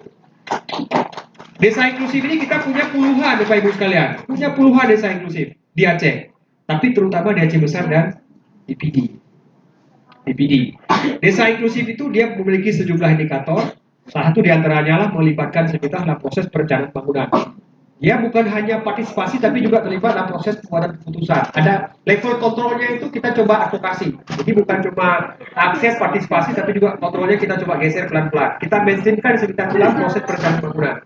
Bukan cuma masalah duit, masalah startup kit, masalah bantuan-bantuan bukan. Tapi dia diberdayakan memiliki sama dan sejajar dengan warga lain di desa seperti itu. Kemudian desa siaga sehat jiwa. Ini di yang paling dekat di sini Kota Baru, ini paling banyak. Itu kesempatan terutama untuk konteks orang dengan gangguan jiwa. Kemudian yang terakhir tantangan. Ini tantangan ini terkait dengan data ya. Data yang paling menantang. Kalau advokasi pemerintah, kalau menggunakan data nggak ada yang bisa kita pegang kecuali yang by name by address seperti yang punya Pak Nasir. Sisanya itu bercampur-campur. WHO bilang, UN Assembly bilang, nah 15%. WHO bilang 16% dari penduduk dunia ini adalah orang dengan disabilitas. Kemudian BPS 2020 22 juta atau 8,3%. Kemudian Susenas 2020 24 juta 10,3%. Di Sos Aceh 2013 61.000 atau 1,2%. Kemudian terbaru yang saya sampaikan tadi itu adalah 18.000 0,36%. Kemudian Kota Banda Aceh 449 0,16%. Sangat kecil. Kemudian Kecamatan Darussalam. Jadi kita kemudian melakukan asesmen di seluruh wilayah kerja kita dan menemukan varian-varian jumlah atau persentase orang dengan disabilitas. 301 orang, 1,1%. Ini saya jelaskan ya. Kenapa data ini simpang siur? Karena pertama, persepsi dan pemahaman tentang disabilitas itu berbeda. Yang kedua, yang kita data itu yang berat-berat saja, yang dih-dih mata, yang nggak bisa melihat, nggak bisa berjalan. Ya, tapi yang akibat penyakit lumpuh total terlupakan, akibat lansia terlupakan. Yang hanya lahir dan terjadi akibat cedera, kecelakaan dan sebagainya, itu yang kita cover. Kemudian yang ringan-ringan tidak tercover. Saya kasih ilustrasi ya.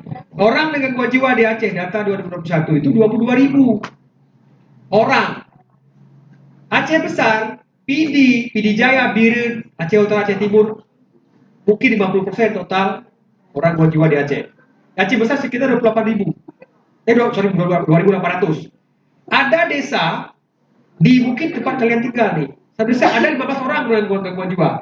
Dan itu data puskesmas, bukan data kita data. Di Aceh Utara ada kampung, 25 orang satu kampung orang gangguan jiwa. Satu kampung. Kalau kampung semua dan semua bayangkan digabungkan dengan data yang kan menjadi besar. Yang dimaksud oleh dunia, oleh PB 12% itu semua spektrum. Dari disabilitas biasa, gangguan jiwa, dari yang semua gangguan jiwa, dari pertama OCD, OCPD, kemudian mental emosional, kemudian semualah, termasuk yang berat-berat seperti skizofrenia, yang berat-berat ya. Semua, kemudian disabilitas juga begitu, karena fokus pada hambatan. Selama dia memiliki hambatan jangka panjang, masuklah dia disabilitas. Bukan pada yang bisa kita lihat saja, sehingga dia hanya ramai. Gitu. Kalau kita mengendalikan yang bisa kita lihat yang berat-berat saja ya seperti tadi saya bilang. Dan tidak semua memiliki akses di pendataan. Ketika data, kolom cek disabilitas itu nggak dicek. Sehingga jangan heran. Di Dukcapil bilang di kampung saya, di kecamatan saya, di kabupaten saya cuma ada 80 orang disabilitas. Padahal nggak checklist dan seterusnya.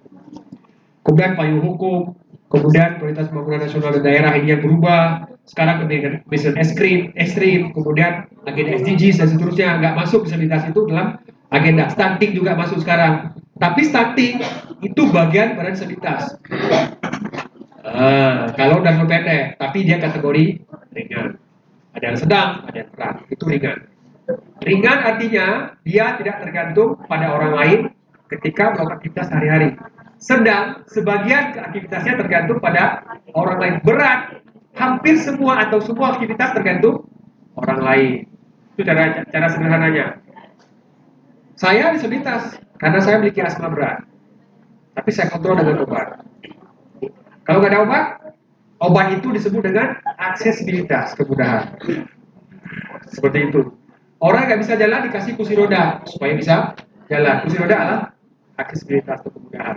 Seperti itu. Orang nggak bisa melihat pakai kacamata. Kalau nggak ada kacamata, tapi sudah ada kesepakatan bahwa pemuda kacamata tidak diberikan karena dia bila hilang sama sekali dia bisa disebut. Kalau kalian nanti bisa ada kaki bionik 100% berfungsi dan bisa dikontrol dengan saraf, bisa dicubit sakit, maka beliau hilang disabilitas 100%. Semakin terperbaiki kemudahan atau aksesibilitas, semakin berkurang tingkat kedisabilitasan seseorang. Seperti itu. Jadi disabilitas, hambatan diri, hambatan lingkungan, nggak bisa makan, nggak bisa duduk, nggak bisa tidur, nggak bisa belajar, maksudnya ditambah dengan kemudahan teknologi termasuk yang seperti ini adalah untuk memudahkan mengurangi seorang mengalami disabilitas. Dari sekarang buang kata cacat, ganti dengan kata disabilitas. Mungkin itu saja. Satu lagi yang terakhir saya bilang ini perspektif bantuan belas kasihan masih dominan. Menyertakan disabilitas, apa yang kita pikirkan? Minimal bantu koh jalan, sayang dia gaji ya. Tajuk bank jajan, itu belas kasihan. Gak usah be rapingan haji rapingan, jangan kasih dia rapingan, haji rapingan haji. Be ajak kuliah haji hai kan juga. Nah, itu belas kasihan. Perilaku keluarga itu membuat seseorang tidak berdaya. Harusnya dia memang seperti yang lain perlakuannya bahaya gini, yang penting kita jaga supaya atau kita kawanin kalau kita khawatir, kita berikan upaya-upaya supaya seseorang bisa berdaya. Dan itu dimulai dari keluarga, dari kakak, beradik, paman, kakek, desa, dan kemudian baru kita bilang tentang layanan pemerintah. Seperti itu. Itu saja mungkin dari saya. Ada pertanyaan? Nanti saja. Assalamualaikum warahmatullahi wabarakatuh. Ya. Terima kasih Pak Asnawi. Perlu kami sampaikan kepada teman-teman semua, kita di acara ini live ya di Radio Asalam dan juga sedang diliput oleh TV Araniri. Jadi nanti akan ditayangkan di TV Araniri ya. Terima kasih, kita beri aplaus untuk teman-teman kita yang ini ya. Baik, sudah sangat panjang lebar disampaikan baik itu secara teori dan praktik, secara lapangan yang disampaikan, yang didapatkan langsung oleh Pak Asnawi ya.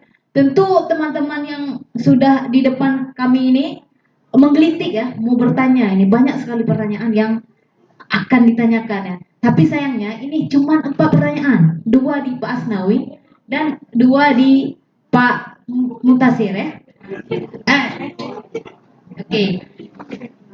Muhammad Nasir ya, Pak Muhammad Nasir. Jadi silakan teman-teman yang bertanya, ini ada door prize juga ya. Ya, oke. Jadi silakan 2 cewek 2 cowok. Kita persilakan ya. Ya. Oke. Ulang saya ini pertanyaan. Ini siapa cepat dia dapat. Ketiga langsung ini tangan ya. Ini banyak sekali yang bertanya. 1, 2, 3. Ya. Bingung nih. Ya. Oke. Mana tangan tadi? Tangannya mana? Oh, Acam Panama 7. Banyak sekali nih. Gimana sistemnya kita ambil nih? Kita tanya juga mungkin ke ini narasumber ya, saya ini ya.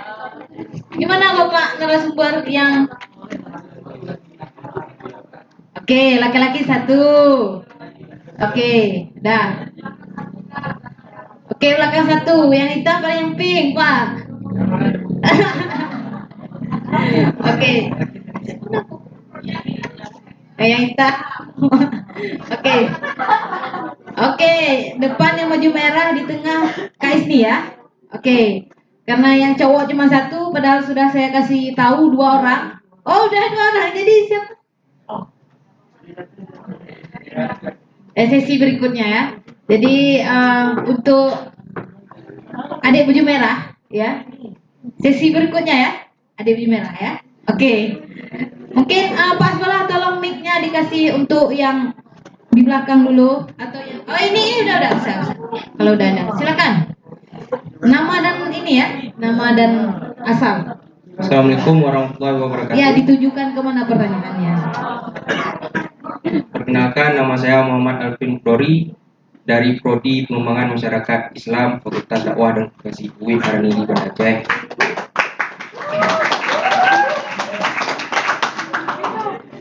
Pertanyaan ini saya tujukan kepada Pak Asnawi, yang mana pertanyaannya, bagaimana tanggapan dan solusi bagi pemerintah dan lembaga disabilitas untuk disabilitas, kan di mana di kota-kota besar, terutama di Banda Aceh ini masih banyak kita lihat disabilitas, mohon maaf, yang masih minta-minta sumbangan. Bagaimana tanggapan dan solusinya? Mungkin itu saja. Terima kasih.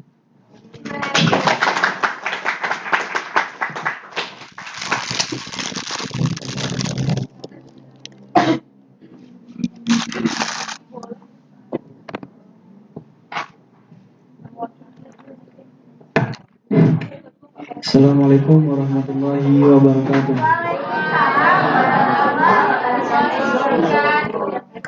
Perkenalkan, nama saya Muhammad Syafi'i, saya dari Prodi Manajemen Dakwah. Yang ingin saya pertanyakan, saya ada saudara disabilitas yaitu tuli, saudara satu. Dia nggak itu diapakan kali kayak acuh gitu, jadi saya merasa kasihan. Saya mau jalan-jalan, saya bawa dia, karena kalau keluarganya, abangnya tidak mau bawa. Jadi saya ingin dia itu punya potensi, bahkan orang bilang dia itu pintar.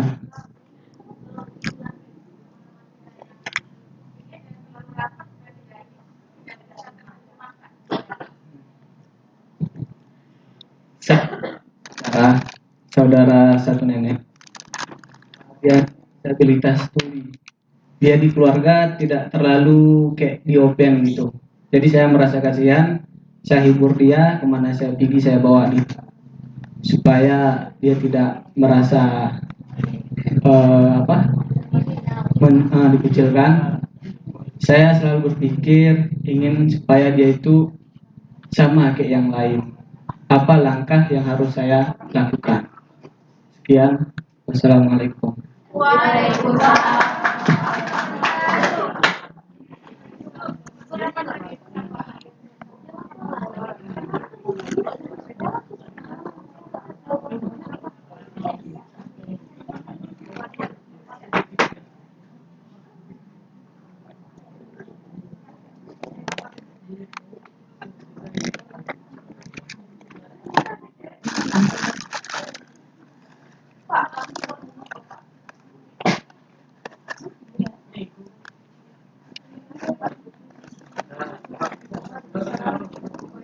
Assalamualaikum warahmatullahi wabarakatuh.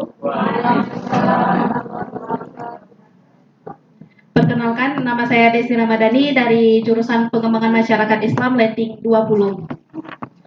Jadi saya mau mengajukan pertanyaan kepada Bapak Asnawi, yang mana tadi Bapak ada menjelaskan bahwa banyak orang yang masih belum paham tentang advokasi atau menerima mereka dalam anggota keluarga yang terlahir dengan keadaan disabilitas.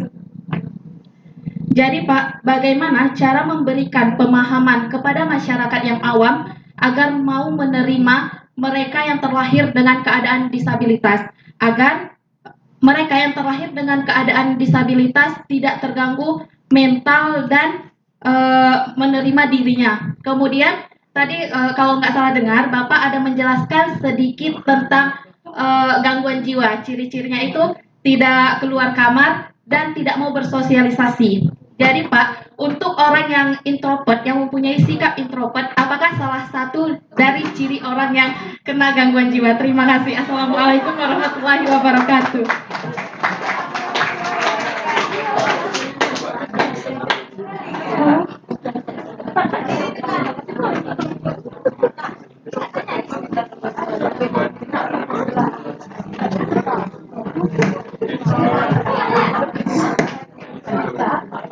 Baik, assalamualaikum warahmatullahi wabarakatuh. perkenalkan, nama saya Isnira Diva Ramli. Saya dari organisasi Perselector Association dan juga saya alumni dari pengembangan masyarakat Islam. Baik, saya akan bertanya kepada kedua pemateri kita pada hari ini, yaitu Bapak, apakah sejauh ini pemenuhan hak-hak disabilitas di Aceh sudah terpenuhi atau belum? Kemudian mungkin pertanyaan saya sama dengan abang yang ini ya, mungkin kita sering melihat bagaimana nih Dinsos dan FBA menanggapi ada halnya disabilitas mungkin terlantar bisa kita bilang yang masih ada di jalan untuk memenuhi kebutuhan-kebutuhan dalam dirinya. Kemudian satu lagi masih ada nih yang saya lihat sendiri bahwasanya anak-anak yang berkebutuhan khusus masih berada di sekolah negeri, bahkan kita sudah memiliki sekolah SLB, sekolah luar biasa untuk mereka menuntut ilmunya di sana. Tapi mengapa masih ada beberapa mungkin anak ya untuk yang berada di sekolah dasar negeri seperti itu. Mungkin itu aja Bapak pemateri. Terima kasih atas ilmunya yang sangat luar biasa hari ini. Saya tutup. Wabillahi taufiq wal hidayah. Wassalamualaikum warahmatullahi wabarakatuh. Warahmatullahi wabarakatuh.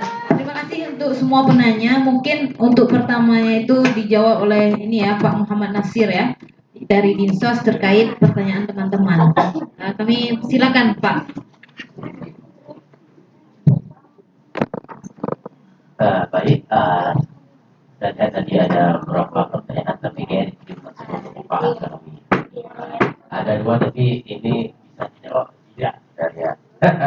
Oke, kita mencoba. Tadi dia lihat ada yang agak ini terkait Bapak M. Syafi'i ya, Bapak Syafi'i ya, terkait ada keluarga tuli ya, ada keluarga tunggu saya Pak ya, tunggu bicara. Jadi tunggu bicara.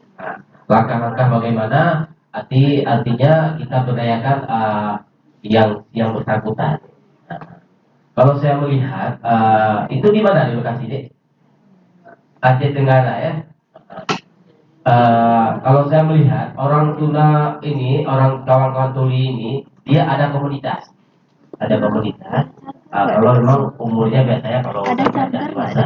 Ini sudah dewasa atau belum? Di daerah situ juga. Oke, kalau sudah dewasa. Biasanya ini kan ini kalau di Banda Aceh ini orang kawan-kawan kita ini duduk di nyakmat kopi di Kampung Ili. Mereka pada saat itu kita tahu orang itu semua ini kan pakai bahasa isyarat. Artinya kalau menurut saya di daerah-daerah itu ada perkumpulan ya. Di daerah-daerah ada perkumpulan istilahnya kalau dari sisi organisasi ada dekati ya. Di daerah ada perkumpulan komunitas sudah kantor ini. Saya rasa ini salah satu kan untuk memberikan semangat mereka. Artinya tahu ini tukar-tukar pikiran lah ya. Ya. Yang kedua, dia yang jadi hal apa ya di masalah kemudahan dia? Mungkin perlu dia skill. Kita bisa advokasi untuk mendapatkan standar dia. Baik ini bisa ke BLK ataupun bisa disampaikan ke dinas sosial. Itu salah satu yang kita harapkan. Mungkin dengan adanya skill, mereka yang kawan dari keluarga tadi bisa bekerja, bisa beraktivitas seperti orang-orang lain. Jangan dianggap dengan tunarungu dia tidak bisa bekerja apa-apa. Jangan. Tadi saya buktinya di belajar pangkas Pak Ali kayaknya bisa. Tinggal mempertajam saja. Tinggal mempertajam. Apalagi saya lihat orang ini istilahnya ragam sesuatu dari sisi ragam. Dia cepat.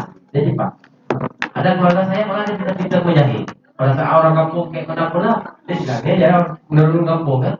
Dia berkubi aja, punya kubi kan. Tidak disesuaikan. Alhamdulillah bisa berhasil. Sama seperti orang lain. Tinggal caranya penyampaian aja. Mungkin yang harus dimengerti oleh yang bersangkutan. Saya rasa yang advokasi seperti tadi saya bilang, yang langkah pertama dia gabung dengan kita, dengan berkati sendiri. Yang kedua, tentunya kalau kemudian kedua mungkin, ya kita coba. Mungkin bergabung dengan orang biasa atau baik. Pertanyaan penting caranya. Seperti tadi kan bisa kok ajak dia baik-baik. Orangnya kan bisa juga. Artinya ini pemahaman dari keluarga kita, masyarakat sekelilingnya ini ada stigma mestinya. alhamdulillah mungkin kita berikan penjelasan kita bahwa ini sama dengan kita, artinya tidak jadi masalah untuk dia. Seperti itu. Ini mungkin yang perlu yang perlu disikapi oleh keluarga dari sisi dari orang setempat, orang lingkungan setempat. Ini terkait tanggapan ini Pak Alvin, Pak Alvin memang khusus ditujukan ke Pak Asnawi. Hak disabilitas ya, apakah sudah terpenuhi atau belum ya?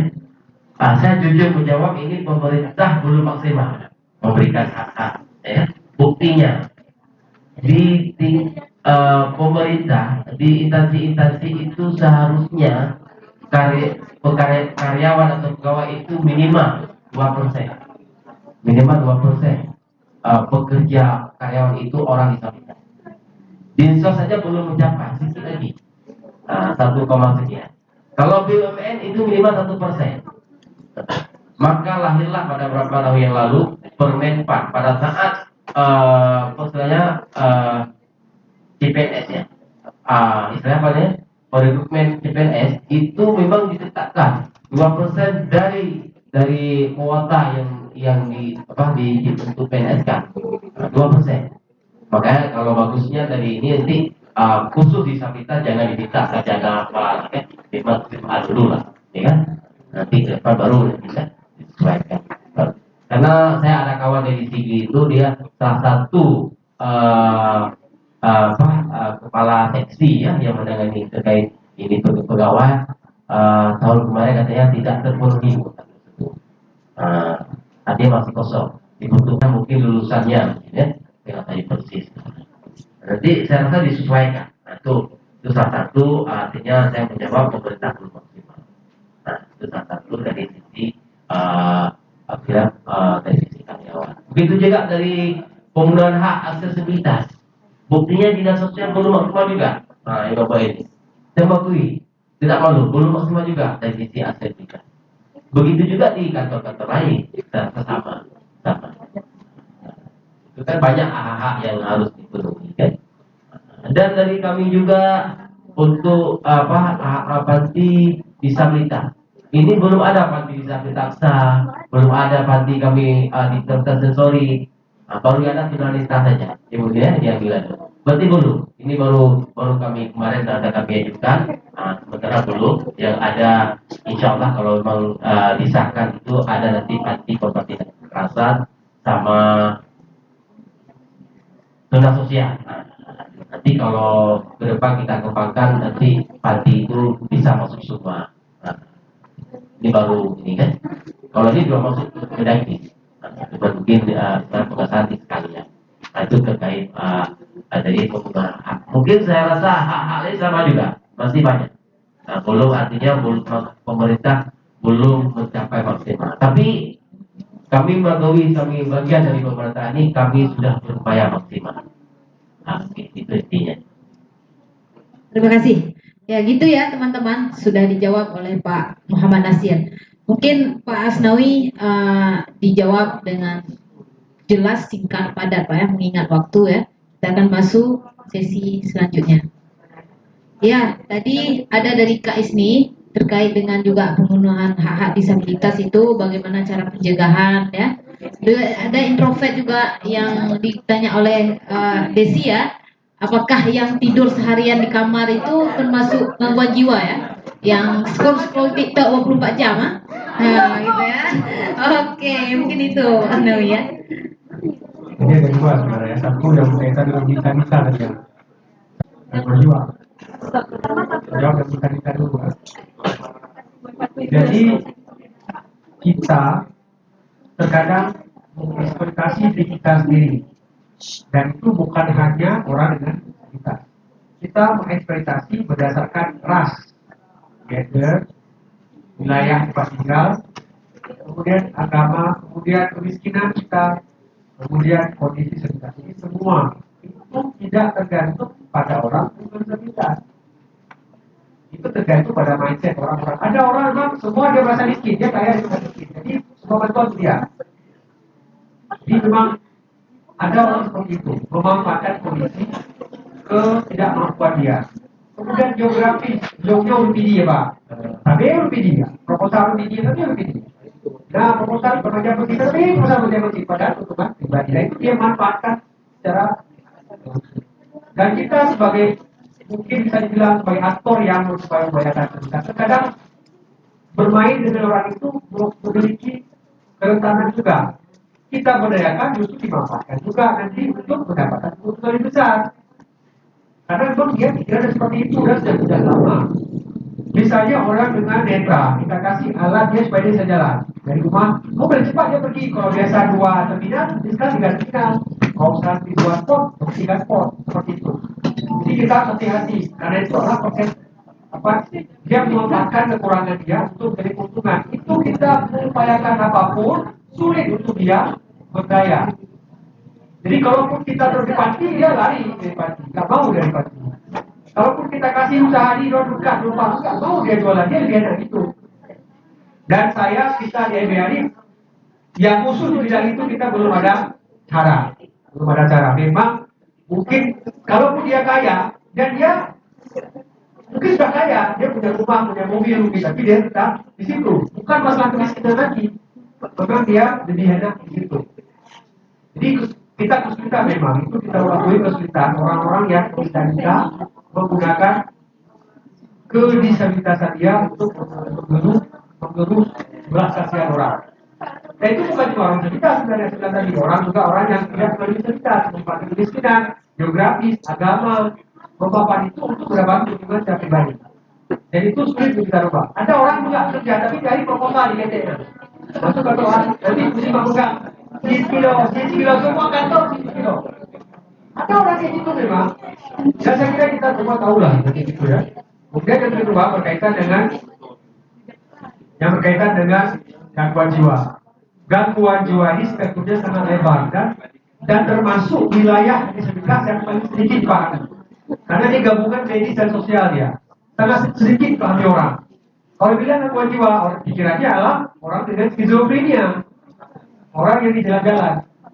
Padahal kita mungkin pernah mengalami gangguan jiwa. Dan tidak semua gangguan jiwa itu disabilitas. Tapi mungkin sebagian besar kita pernah mengalami gangguan jiwa. Minimal depresi. Gangguan mental emosional. Kemudian, dia dalam undang-undang kita, undang-undang nomor 14 nomor 8 2014 tentang kesehatan jiwa membagi menjadi 2. Itu ODNK sama ODGJ. ODNK itu saya rasa semua kita pernah mengalami itu. Saya bilang tadi di awal, putus cinta, akibat putus cinta HP Pak, injak HP-nya. Kamu telepon sama ada kemudian bunyi, memutuskan hubungan sosial itu ODNK. Kapan masuk ODGJ? Bila dia berubah perilakunya. Dia sudah berubah cara berpikir, cara melihat orang itu berlangsung lama.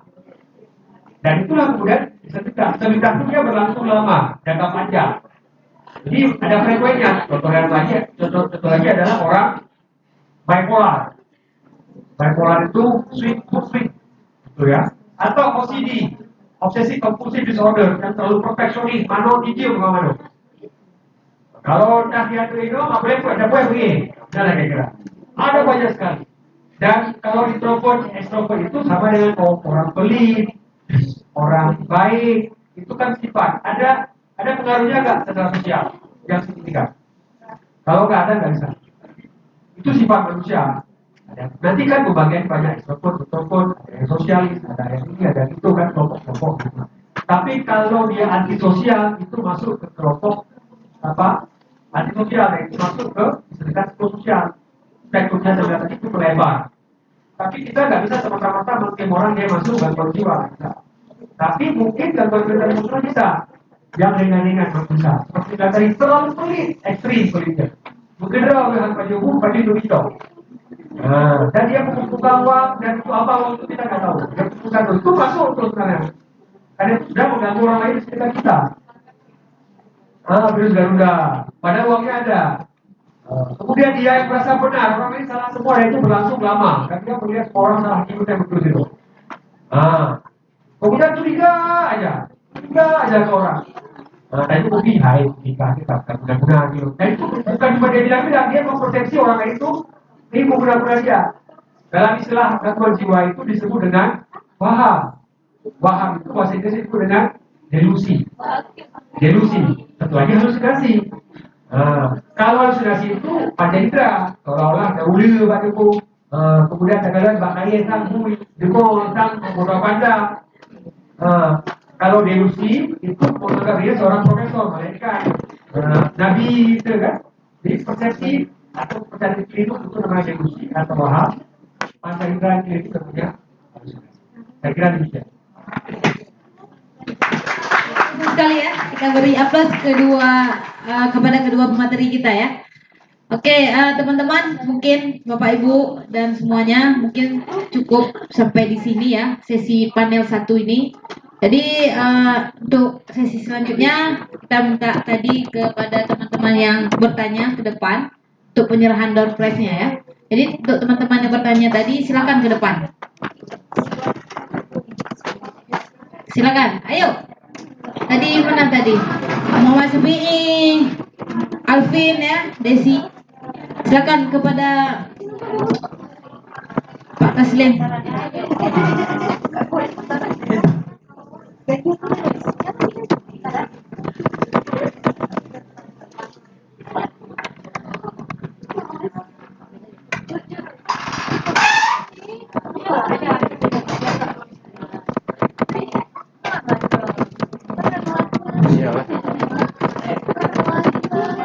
Iya. Pak.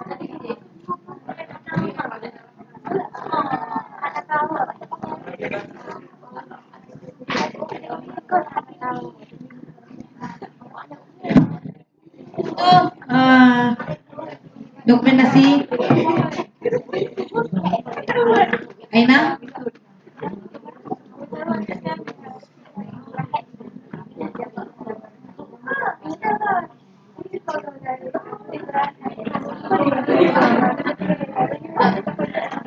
Pak Nasir.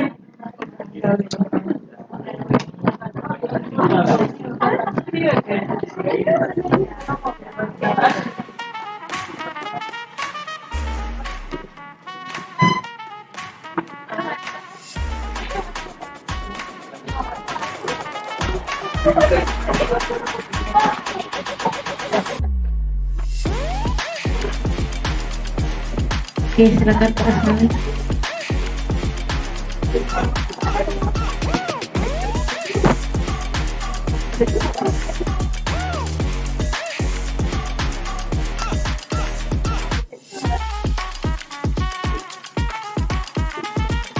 Kak Elina. Boleh ya. Usyara.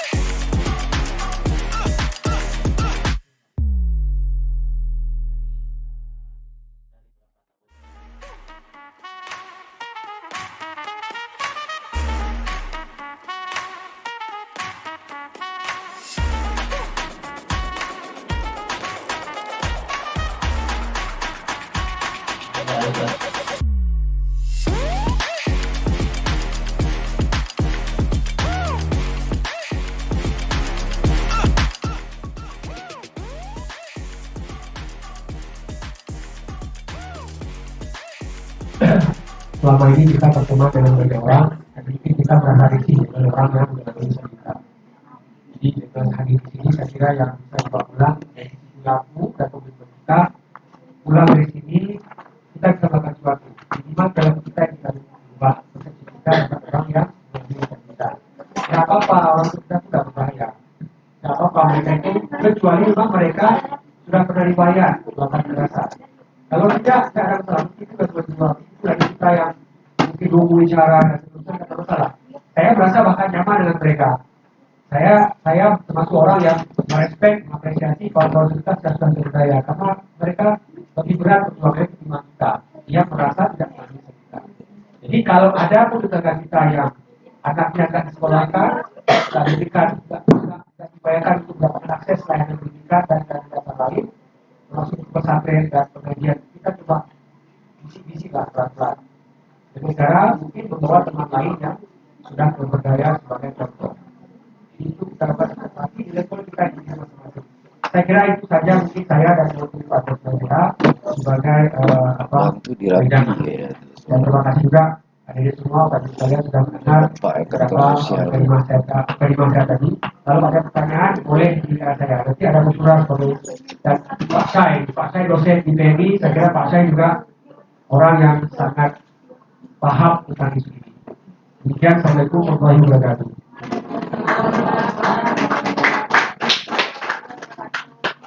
Terima kasih kepada kedua pemateri kita. Mungkin sesi selanjutnya kita minta kesediaan Bu Rashidah untuk menyerahkan sertifikat kepada kedua narasumber ya. Di mana? Oke, langsung ya. Mohon sesi ini.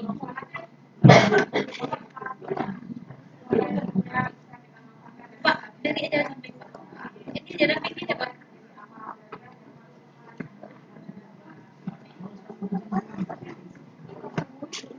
Video tadi ya. Ini instrumen aja. Isi di belakang nih. Ini lagi cerita nih.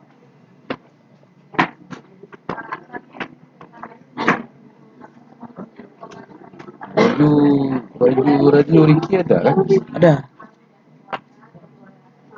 Oh, udah agak nih, agak kecil, sudah gantung enggak? Tangannya udah di sini. Makan ya. Naik badan. Hah? Sudah, bentar. Gak lele.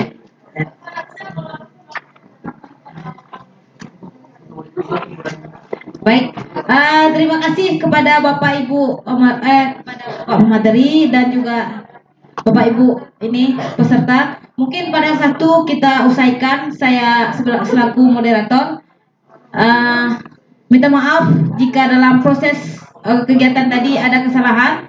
Saya tutup dan akan alihkan ke moderator selanjutnya Pak Syifullah ya. Assalamualaikum warahmatullahi wabarakatuh.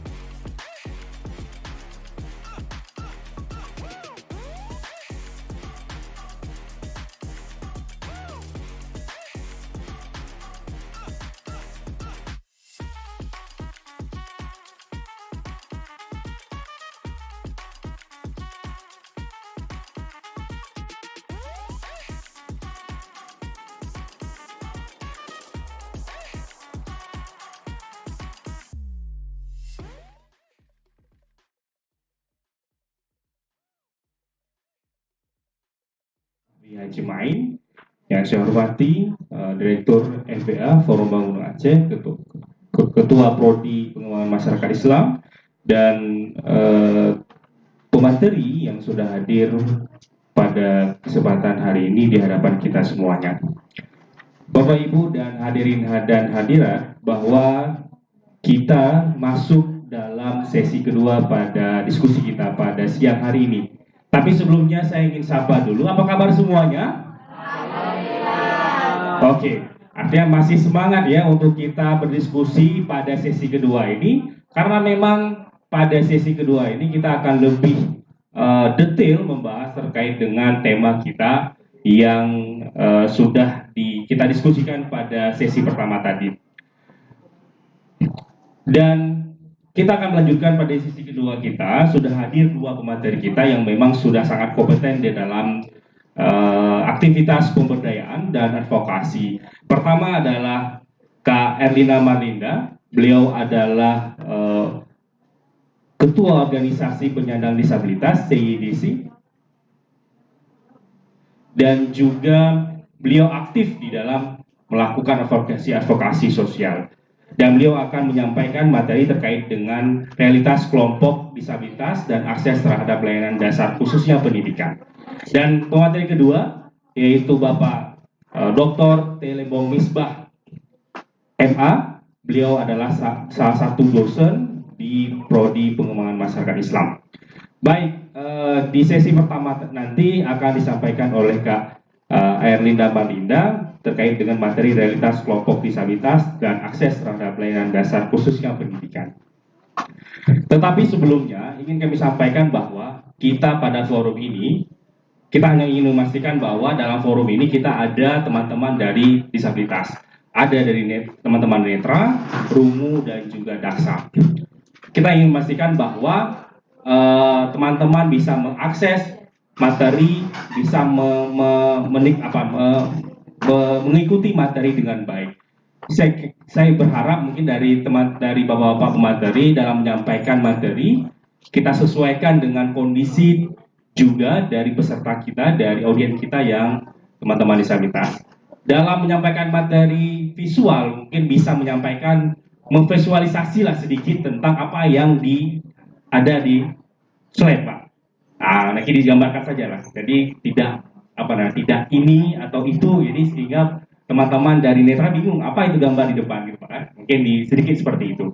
Dan juga dalam proses menyampaikan materi kita speed kecepatan kita turunkan sedikit agar teman-teman dari rungu bicara, teman-teman tuli itu bisa bisa mengetahui apa yang disampaikan. Karena sayang juga nanti interpreternya agak susah dalam menerjemahkan materi yang disampaikan.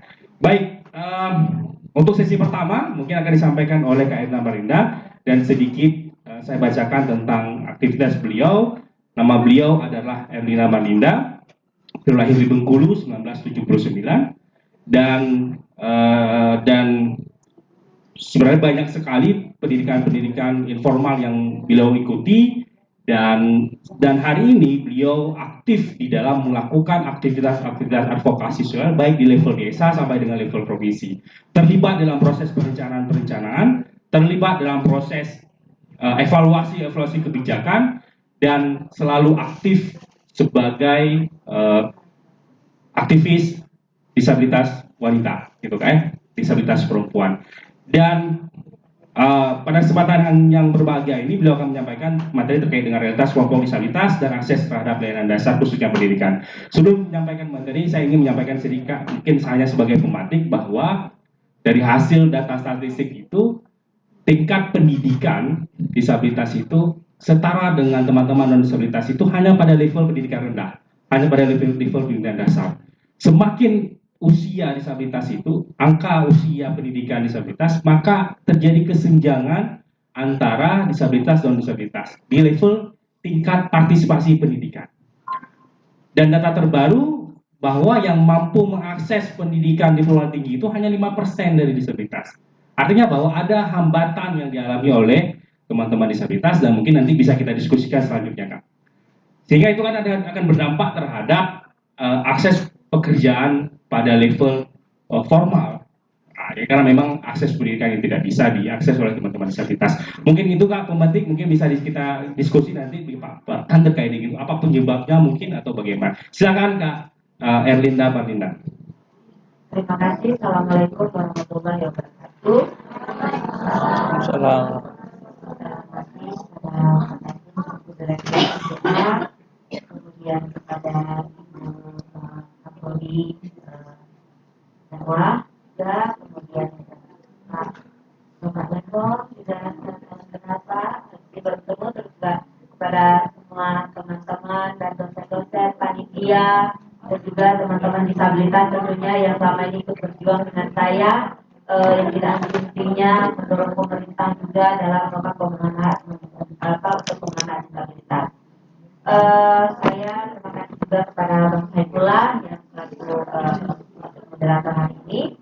Ya, saya sedikit di sini saya tidak menggunakan slide karena saya memang kali ini saya ingin bercerita saja bagaimana kondisi disabilitas untuk Aceh saat ini.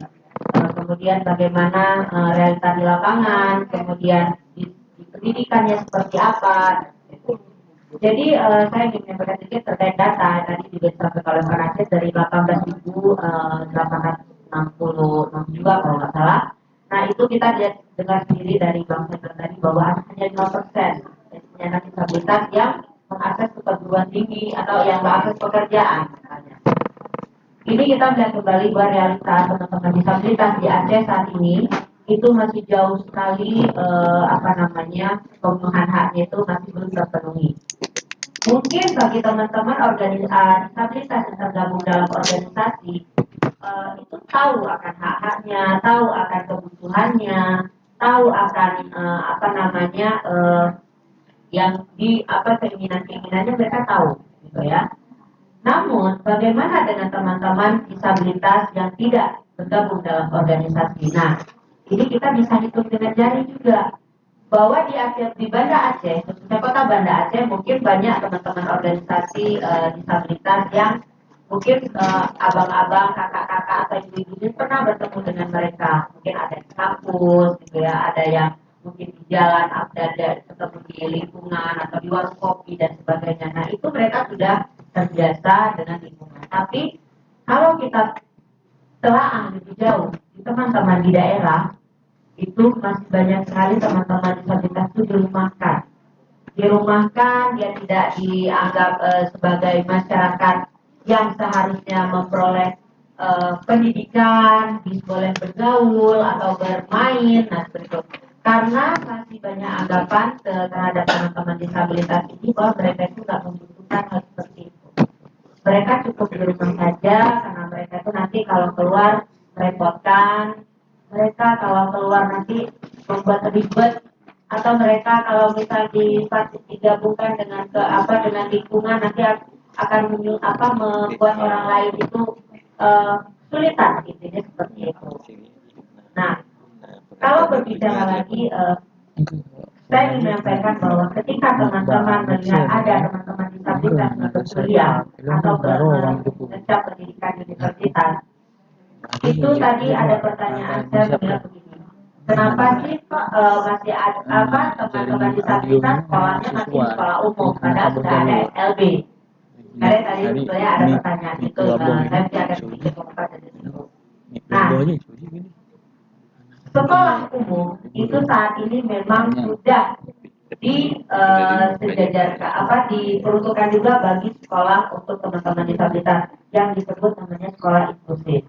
Ya, kenapa tidak serta-merta anak disabilitas sudah ke SLB saja? Gitu. Karena secara yang pertama adalah SLB betul memang diperuntukkan untuk teman-teman disabilitas, tidak salah. Tetapi tidak semua disabilitas itu mampu menjangkau SLB.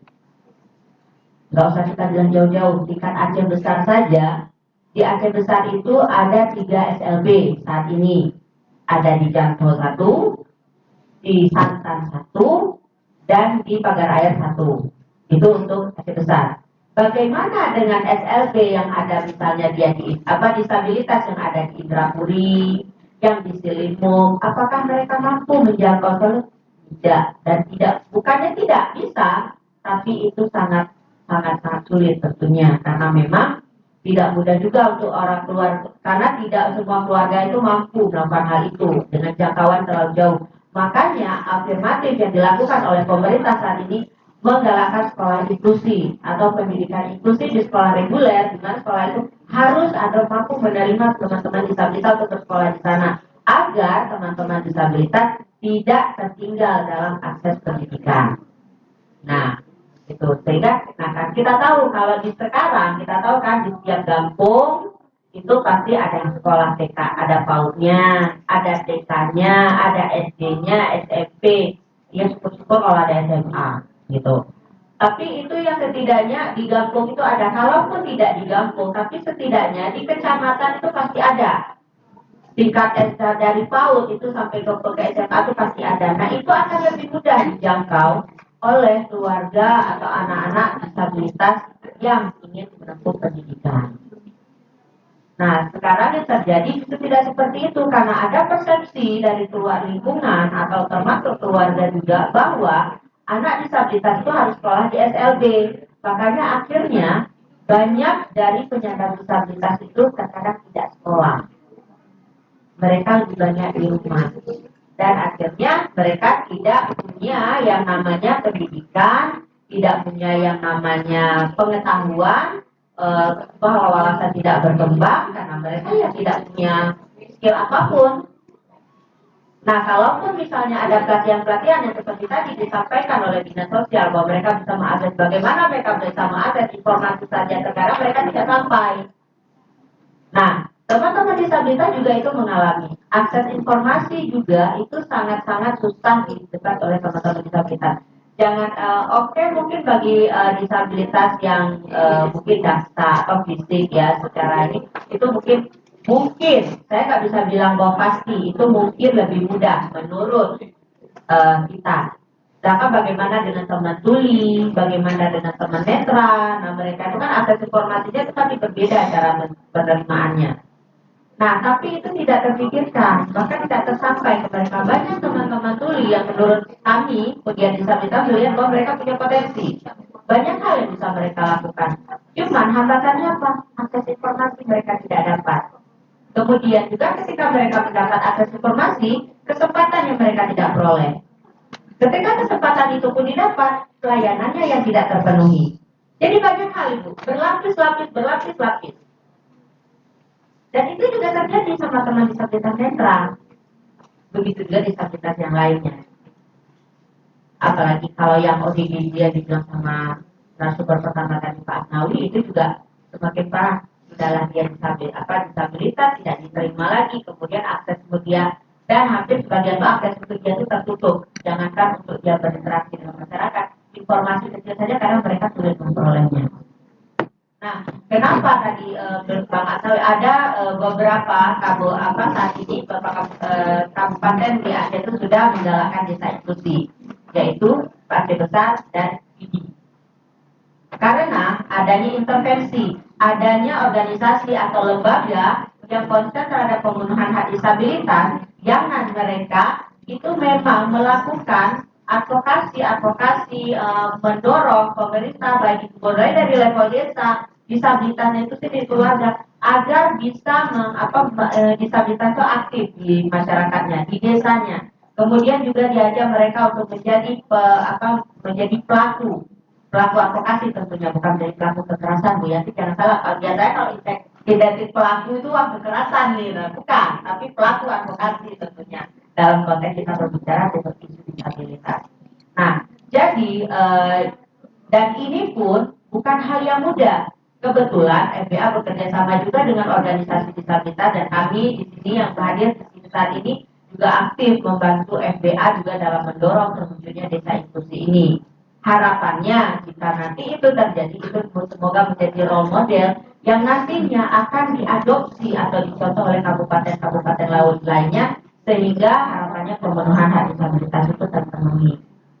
Nah, kalau ditanya apakah tadi ada pertanyaan kenapa sih disabilitas itu justru sangat minim ya akses perguruan tinggi. Nah, ini tadi seperti yang saya bilang, pendidikan dasar saja mereka minim memperoleh. Dan satu saya sampaikan, ketika disabilitas duduk di bangku SLB, ini saya pengalaman pribadi juga yang saya cerita. Ketika disabilitas duduk di bangku SLB, mereka setelah selesai itu memiliki rasa minder 2 kali lipat lebih tinggi ketika mereka belum masuk SLB. Nanti di sini ada teman-teman yang bersekolah di SLB dan yang non SLB. Di sini nanti teman-teman silakan bertanya kalau ingin tahu seperti apa ketika mereka keluar dari SLB dan ketika mereka selesai dari non SLB, seberapa timpang pengalaman atau kondisi mereka ketika sampai di rumah. Teman-teman yang dari SLB, nah ini saya kembali cerita dari SLB, kenapa kira kita mendorong pendidikan inklusinya lebih baik gitu dibandingkan SLB? Karena teman-teman di SLB itu mereka hanya berinteraksi dengan sesama mereka, sesama disabilitas saja, sehingga mereka sudah terbiasa seolah-olah ya dunia ini seperti mereka semua. Tapi pada kenyataannya adalah ketika mereka pulang ke rumah, di dalam keluarganya, kita nggak usah bilang lingkungan luar rumahnya dulu, di dalam rumahnya, apakah semuanya disabilitas? Ingat tuh ada yang geleng-geleng lagi teman disabilitas kuning, gitu. Nah, kemudian setelah itu ketika dia keluar dari rumahnya, dari pintu rumahnya, apakah yang dia hadapi teman disabilitas juga? Tidak. Nah, maka dari itu teman-teman yang menginjak ke perguruan tinggi atau yang mengakses ke universitas itu rata-rata alumni non SLB. Non SLB itu paling banyak yang mengakses ke perguruan tinggi. Di sini ada beberapa orang, mungkin nanti bisa ditanya sekolah mereka di mana.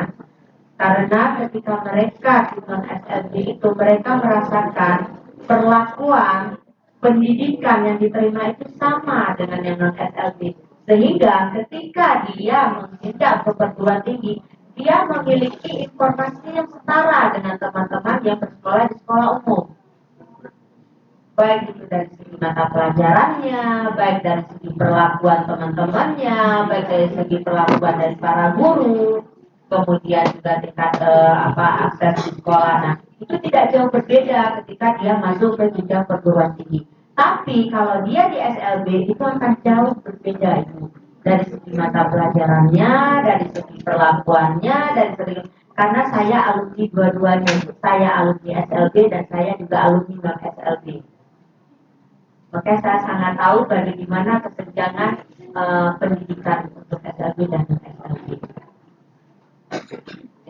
Nah, dari di sini maka kita mendorong kampus inklusi itu apa sih, gitu kan? Universitas yang inklusi itu seperti apa, kita bahas. Karena begini, ketika berbicara pendidikan inklusi selalu yang dipikirkan itu hanya untuk tingkat SD sampai ke SMA. Ini kayaknya dasar-dasar aja. Gitu. Padahal kita berbicara pendidikan inklusif itu juga sebenarnya juga harus di perguruan tinggi. Karena namanya pendidikan itu ya katakan seperti yang aku katakan, tuntutan itu sampai ke negeri Cina, kemudian belajar itu kan tanpa batas, tanpa mengenal usia. Lah kalau bila pendidikan inklusi hanya sampai SMA atau SMU, berarti kalau dia kuliah nggak perlu dong pendidikan inklusif. Berarti nggak akan ada yang namanya kampus inklusif. Tidak ada lagi namanya perguruan tinggi yang inklusif gitu. Nah, inklusif sendiri apa yang dipahami kan gitu. Nah, kalau kampus inklusif sendiri itu adalah universitas yang memberikan layanan atau dukungan kepada semua orang tanpa ada diskriminasi dan mendapatkan pendidikan yang sama dan setara. Jadi tidak ada perbedaan di sana. Kemudian juga kampusnya itu juga harus memberikan layanan atau juga fasilitas yang akses untuk semua orang, termasuk penyandang disabilitas di dalamnya. Karena kalau saya bilang kata inklusif saja, biasanya ini Bu Rasida ya, kalau kita berbicara desa inklusif, pendidikan inklusif, gitu kan. Kalau pendidikan inklusif yang dipahami saat ini adalah pendidikan bagi orang disabilitas, bukan pendidikan yang diperuntukkan bagi semua orang dengan mungkin ya metode dengan kurikulum yang disesuaikan tentunya.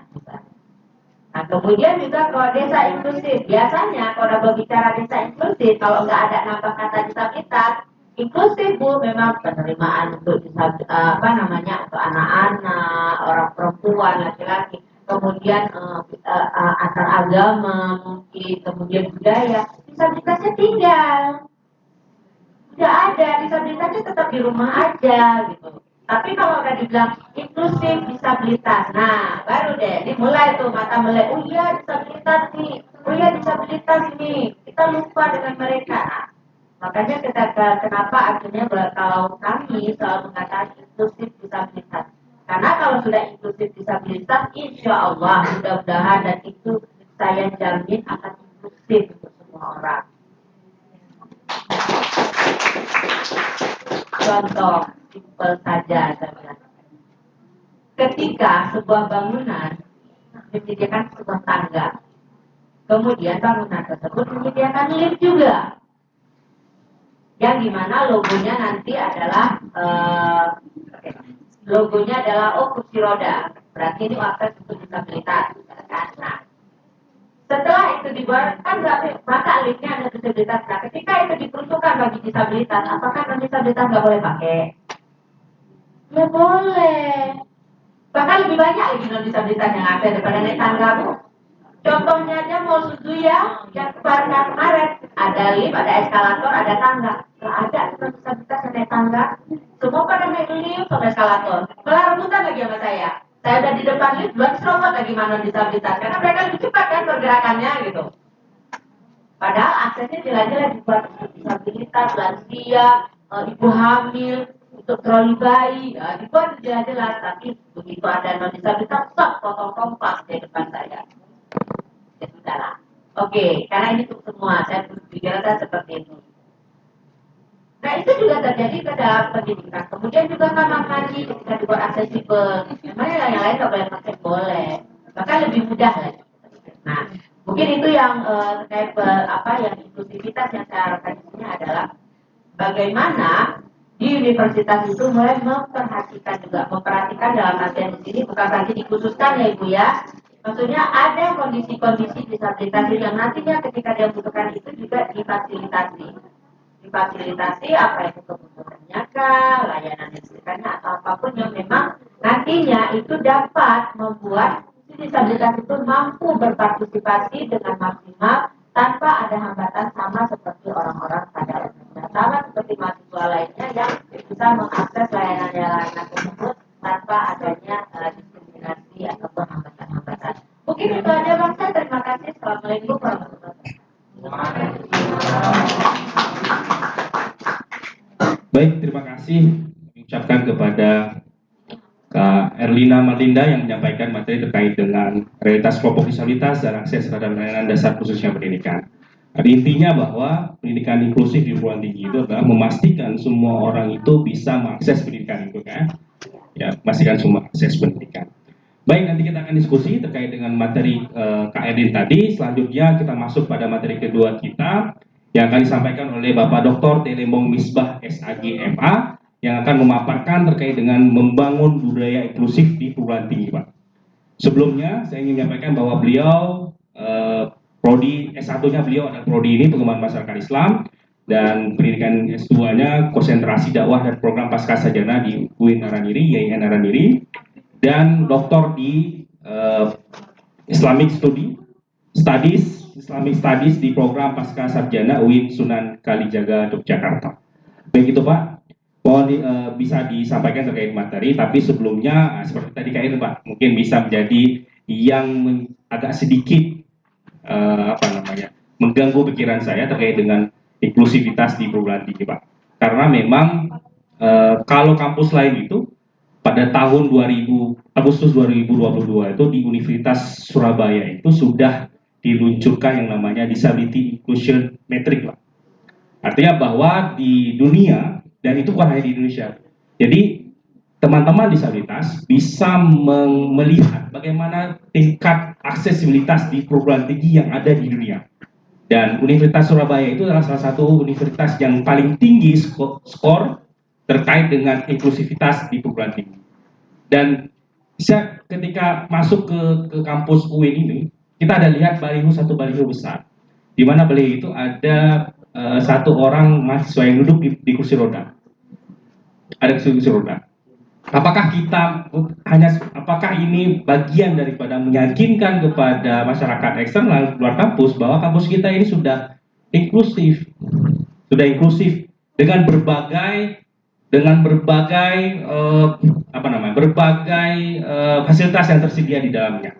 Karena saya ada juga teman yang dia adalah tuli, dia sangat semangat dia waktu daftar dan dia ikuti orientasi mahasiswa pertama. Ketika dia kuliah hari pertama, dia tidak kembali lagi ke kampus itu, karena apa yang disampaikan oleh dosennya dia nggak tahu apa yang disampaikan, karena memang dia tuli, tidak ada yang bisa diakses di perguruan tinggi tersebut. Mungkin itu jangan sampai terjadi di kampus kita, Pak. Dan untuk lebih dalamnya mungkin akan disampaikan oleh Pak Lembong tadi, apa sih yang bisa kita lihat di perguruan tinggi kita terkait dengan aksesibilitas dan apa yang bisa kita lakukan. Terima kasih, Pak. Silakan, Pak. Baik, thank you. Assalamualaikum warahmatullahi wabarakatuh. Alhamdulillah, segala puji bagi Allah, salawat dan salam kepada Rasulullah SAW. Seperti sebelumnya pengumuman kami kepada ketua. Tadi kami bincang-bincang ini FBI ini apakah ada hubungannya dengan FBI? Ini saya takut juga saya jadi ya. Itu kalau sudah ada hubungan dengan FBI, bahwa takut HP saya disadap pula. Nah saya masih terlupa aja. Ini bagaimana? Ada nggak? Oh tidak ada ya.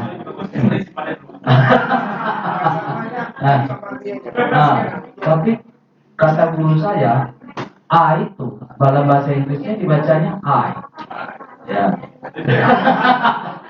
Jadi itu kira-kira takutan saya ini. Kalau dibantah tidak berarti alhamdulillah ya. Ya kemudian ada Ibu tadi begitu saya pernah teringat saya Ibu Erina Gudono, bukan?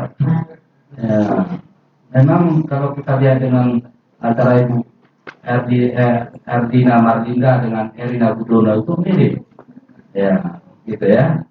Insya Allah dari pemaparannya tadi luar biasa. Dan bagi saya ini adalah sebuah inspiring untuk yang semuanya, bahwa kita itu diciptakan berbeda-beda bukan untuk dibeda-bedakan. Baik, itu ada juga nih Pak moderator yang orang besar ya. Dulu mahasiswa saya, sekarang kayaknya sudah menjadi bapak siswa ya. Dulu mahasiswa, sekarang sudah menjadi orang besar. Ya, saya pikir ini waktu sangat singkat, diberikan tugas kepada saya ini agak berat memang, dan biasanya terakhir itu sudah semuanya yang enak-enak dimakan sama yang lain. Ya, tinggallah ini saya tulang belulangnya saja ini. Dan kalau ada yang saya sampaikan ini terulang-ulang, itu hanyalah sebuah proses bahwa yang diulang-ulang itu lebih mantap. Kira-kira begitu ya. Jadi tak ada lagi nanti bagi kita itu saja. Padahal memang kadang saya buat orang pun mikir seperti saya. Oke, barangkali ini adalah membangun budaya inklusif. Ya, antara inklusi dan inklusif sekarang ini mirip-mirip. Saya semalam itu sampai jam berapa itu ya tertulis inklusi ya. Atau saya adalah inklusif. Yang pertama barangkali dari mana ini kalau tidak dilihatkan.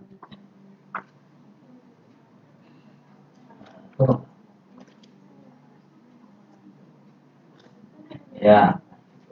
Yang pertama mungkin dari segi tampilan tadi sudah diulang-ulang. Saya mengambilkan satu foto itu, ada seorang anak yang menulis dengan tangannya, kakinya. Dan tahukah Anda, sekalipun dia menulis dengan tangan, itu banyak yang lebih cantik dan bagus tulisan kakinya daripada tulisan tangan kita yang normal. Ya, first.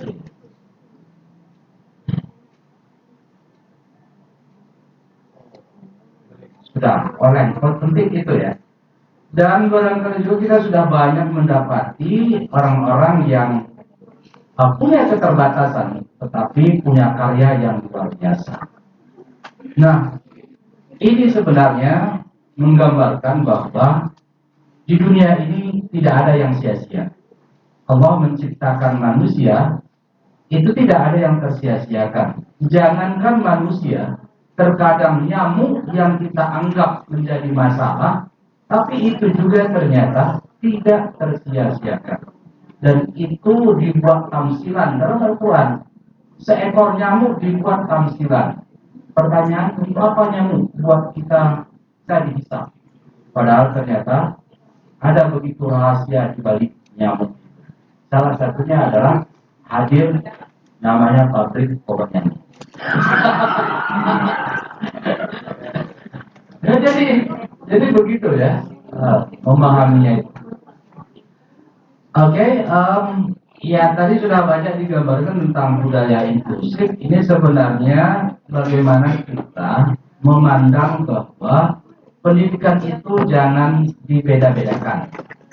Nah, tadi disampaikan oleh Ibu Elina bahwa orang-orang yang lulusan SLB, saya belum tahu juga ini kayaknya, karena kebetulan saya hari ini dipercaya sebagai ketua Yayasan YPPC di Labi. Ya, jadi ya sudah lama begitu bergaul dengan anak-anak ini. Ya, bagi saya itulah jalan terbaik untuk mereka agar bisa tumbuh kembang. Itu program ini saya mungkin bisa nanti membuat riset lain tentang seperti apa. Ya, walaupun memang ada sudah budaya pembelajarannya tidak lagi terfokus kepada sekolah, dari sekolah dan orang tua ya. Jadi kemudian ini ya berulang-ulang tadi sampaikan, semoga ini juga mengubah mindset kita tentang difabel yang selama ini kita anggap lemah, jadi beban, atau malahan kita anggap sebagai aib, ya, dan banyak ada aib itu aib. Ya, ini kan ada yang ya, karena beberapa pembicaraan kita dengan orang tua, banyak yang menyimpan anaknya di rumah itu malu.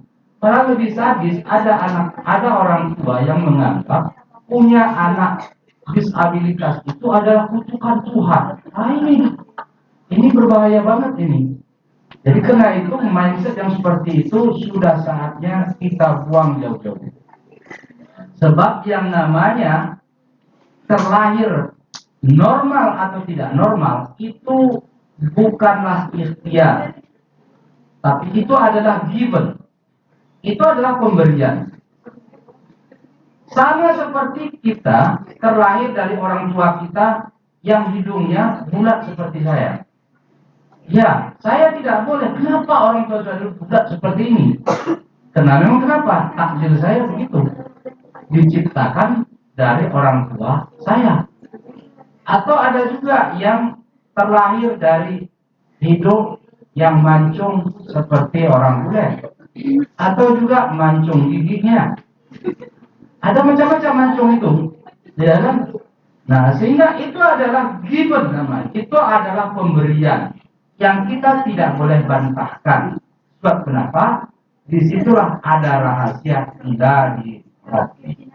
Maka orang-orang yang tak bersyukur tentang dirinya, samalah dia ingkar terhadap Tuhannya. Jadi siapa saja yang mengingkar, kenapa saya lahir begini? Kenapa keadaan saya begini? Itu tandanya dia ingkar dengan Tuhan penciptanya. Orang yang ingkar pada Tuhan penciptanya namanya kafir. Ya. Jadi sebenarnya bagi kita ketika Allah memberikan sesuatu, maka ada rahasia di balik itu. Dan saya pernah teringat dulu film Lawa ya, si Boneng. Teringat? Masih nggak ya? Tapi yang namanya Gen Z itu nggak kenal itu. Si Boneng. Ada kenal si Boneng? Ya, Gen Z nggak kenal. Kalau kami kan kenal dulu. Apalagi main di warkop ya. Main di warkop itu. Nah, ketika diwawancara dan pertanyaannya adalah, apa kamu tidak menyesali dengan bentuk tubuh yang seperti ini? Kata si Boneng, dengan sangat semangat. Tidak, malahan saya sangat bangga dengan begini. Dengan saya seperti ini, maka tentunya mengantarkan saya jadi bintang film. Ya, itu adalah barangkali sebuah kepercayaan diri yang luar biasa. Ya, bagaimana kita itu barangkali, dan secara data tadi sudah disampaikan. Ya, ini coba next. Dilihat data-data tadi itu, ya walaupun ini datanya adalah data yang masih katanya simpang dan bersiur-siur, tapi yang jelas, ya saya kulik-kulik semalam itu, baik dari data PPS atau dari data lain, itu yang terberdayakan atau ABK atau disabilitas yang menempuh pendidikan formal itu sangat sedikit sekali. Ya, tadi faktornya sudah disampaikan oleh Ibu ya. Tapi menurut saya juga ini menjadi catatan ya. Dan kalau bahasa faktornya atau bahasa kejadian, sesuatu itu tidak terjadi dengan begitu-begitu saja, tapi pasti didahului oleh banyak faktor. Ya, ibarat kecelakaan itu tidak datang tiba-tiba, tapi ada banyak faktor di dalamnya, saling kait-mengait di dalamnya sehingga terjadilah kecelakaan. Demikian juga ada faktor-faktor ini bagi anak-anak kami yang belum memiliki judul skripsi, kayaknya ini menarik datanya. Ya, datanya adalah mengapa begitu banyak kaum atau saudara kita yang disabilitas itu sangat minim dalam memasuki atau menempuh pendidikan formal. Albil khusus di perguruan tinggi. Why? Nah, itu satu judul itu. Kalau kalian angkat itu judulnya, kayaknya kalau sempronya dengan saya udah aman. Ya gitu Pak. Nah, kan? Sudah suatu peluang itu. Ya. Karena saya bebas ngomongnya karena bukan FBI, jadi agak lumayan tenang saya ngomongnya. Ya. Walaupun datanya agak simpang dan siur, nggak apa-apa lah. Ini menariknya begitu ya. Nah, jujur yang tahu saya bahwa di PTKIN dan UIN sendiri, UIN Araniri, kalau kita lihat dari aksesibilitasnya, ya termasuk fakultas dakwah yang di sini ada KESOS dan PMI. Nah ini Kaprodi ini menjadi catatan penting, sangat tidak akses. Ya, jangankan untuk kita akses naik ke lantai 2, naik ke apa namanya yang di depan itu? Lobby saja, naik ke lobby saja, itu sebenarnya tidak ada akses. Ya di biro sedikit ada akses. Nah, tapi kalau ke lantai 2, gimana caranya dengan tangga yang seperti ini?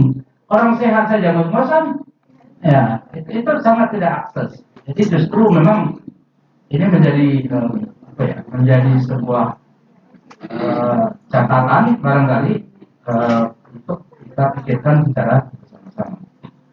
Ya, yang ada hari ini ya sudah menerima ya.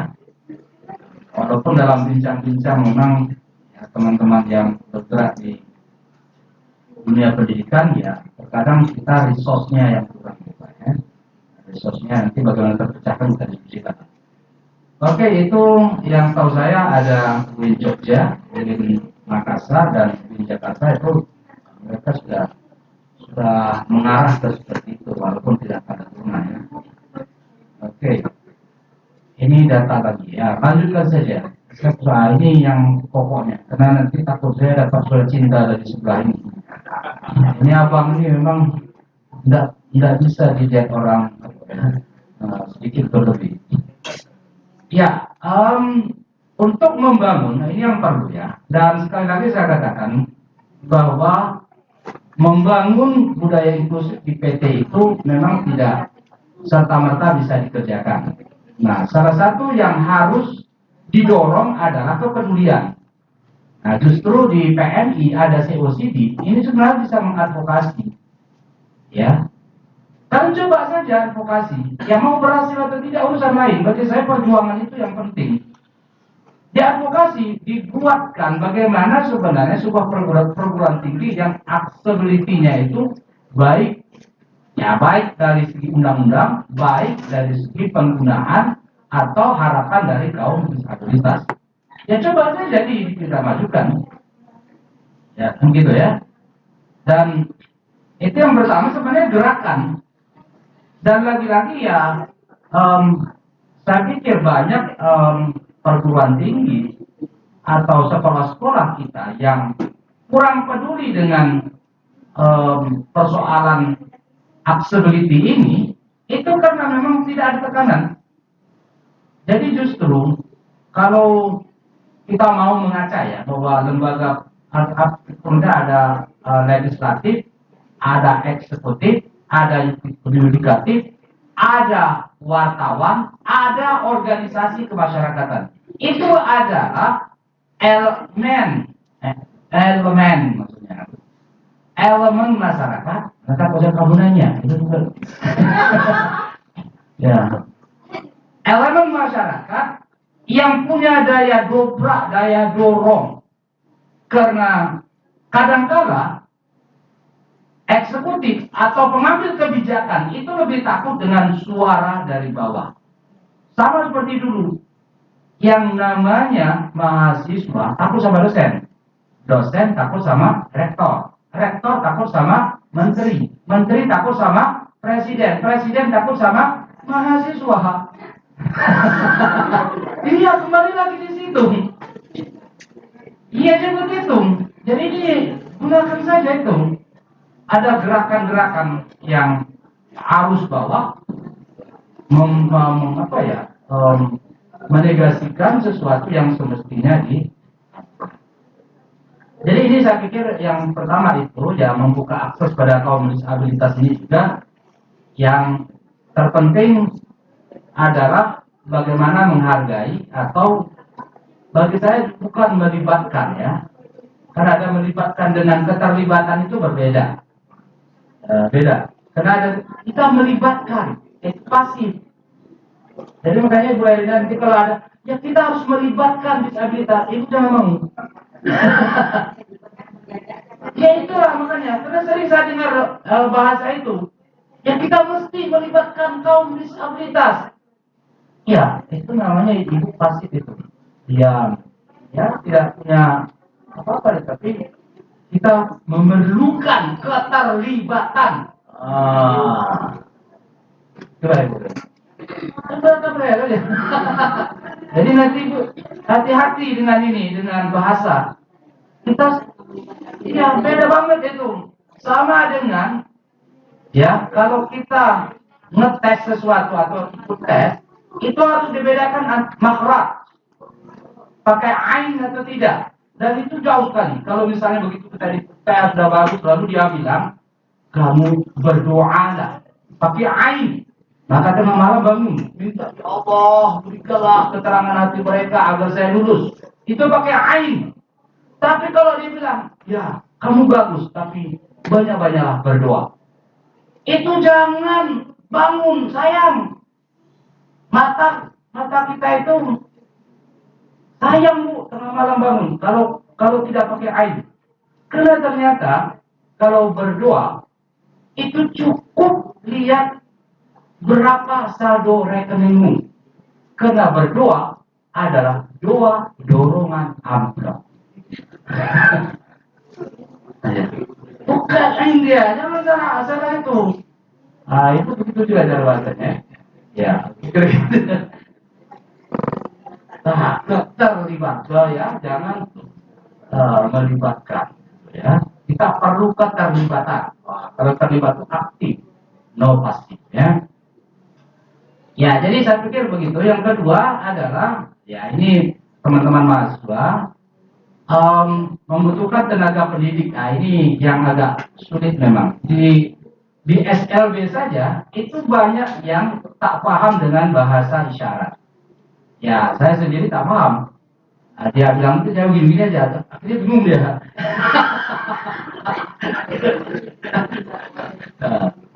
Jadi memang ini menjadi apa ya? Dan ini bisa dipelajari. Kalau ada yang tertarik dengan dunia ini, katakan tak ada yang tak mungkin di dunia ini. Ya, asal kita mau. Jangan pernah katakan bahwa kita bodoh. Sebenarnya di dunia ini tak ada yang bodoh.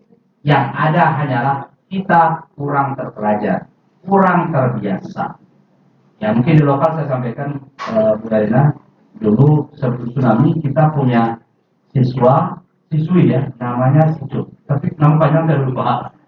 Dia itu kita latih untuk menyulam sulam kasta Aceh itu ya. Saya di Kortukas saya sebutkan. Terus ya pernah turut dilatih di trial di ini. Nah, jujur saya katakan waktu itu, nah, karya yang dihasilkan oleh anak kita ini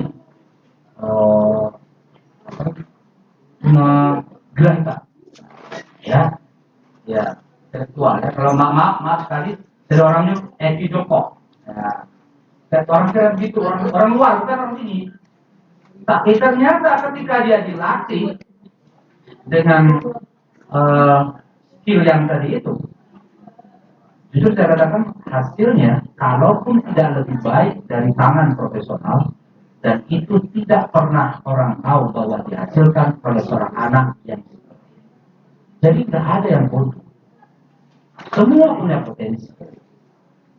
Dan sering juga begini loh, ada orang yang melek matanya, ya terang benderang, kuat. Tapi ketika disuruh menghafal ayat, itu hanya bisa kulhu, dua kul a'udzu birabbin nas dengan kul huwallahu ahad. Ya, kan sudah ada tamanya, apa boleh buat? Ya, oke, spesifik lagi ya.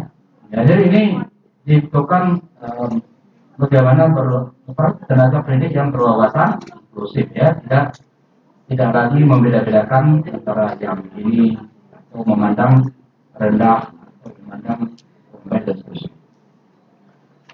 Ya, kemudian juga ini perlu bagaimana kemampuan layanan ini yang agak apa ini ya. Jadi nanti item-item ini sebenarnya bisa diajukan menjadi sebuah advokasi. Pak Rektor kalau pengen kita ini menjadi apa ya, perguruan tinggi yang inklusif, ya ini mesti ada loh. Ya, fasilitasnya, kemudian sarana dan prasarana lingkungan yang mendukung, seperti tadi juga aksesnya. Kami naik ke lantai 2 kalau memang tidak ada apa akses, ya minimal lift ya, atau jembatan kemiringan berapa persen itu? Ada ukurannya, nggak suka-suka kita buat itu. Ya, kemudian ya perlu perguruan tinggi bersinergi dengan lembaga-lembaga yang memang sudah bergerak seperti FBI ini ya kan, atau lembaga-lembaga lain itu dijadikan sebagai satu kesatuan, menjadi mitra. Kemudian ya menurut ini mungkin tadi sudah sering diulang-ulang, saya tulis juga berarti ya, bahwa kata kunci pendidikan inklusif itu adalah mengubah mindset pikir kita tentang disabilitas. Ya, ini boleh jadi juga, ini yang belum punya judul, ada apa judul lagi? Ya, catat, kalian bisa meneliti tentang mindset dosen Win Arabiri terhadap kaum disabilitas. Wah, dua judul lagi keluar. Dua judul ini. Kayaknya Pak Jai ini mau tulis deskripsi pula aja ini. Nah, jangan Pak ya. Tapi kalau mau kuliah lagi boleh. Ya, barangkali itu yang apa namanya itu. Ya, kemudian lanjutkan tentang Islam dan disabilitas barangkali ini. Ya, sebagai catatan kita saja bahwa Al-Quran itu dan Sunnah merespon luar biasa banyak tentang kaum disabilitas. Ya, malahan Nabi pernah ditegur di dalam surah Al-Mutaffifin itu ketika Nabi abai terhadap Abdullah bin Umi Maktum yang seorang tunanetra, dan pada saat itu Nabi seperti bermuka masam. Ya, walaupun para mufassir bilang bukan Nabi tapi sahabat aja. Tapi banyak orang menafsirkan Nabi itu kurang respect pada saat itu karena ada kaum tunanetra. pada saat itu juga kontan, cash. Allah itu menurunkan ayat, jangan seperti itu. Mau bayangkan itu. Jadi itu artinya apa? Allah sendiri menghargai. Karena barang siapa yang menghinakan makhluk Allah, sama sebenarnya dia menghinakan penciptanya. Nah, hati-hati loh. Lu ngejek orang, ya, lu pada itu adalah sama dengan lu ngejek yang punya pencipta. Siapa itu, Bu? Nah, kenapa? Dia juga diciptakan bukan dia minta. Ada yang menciptakan.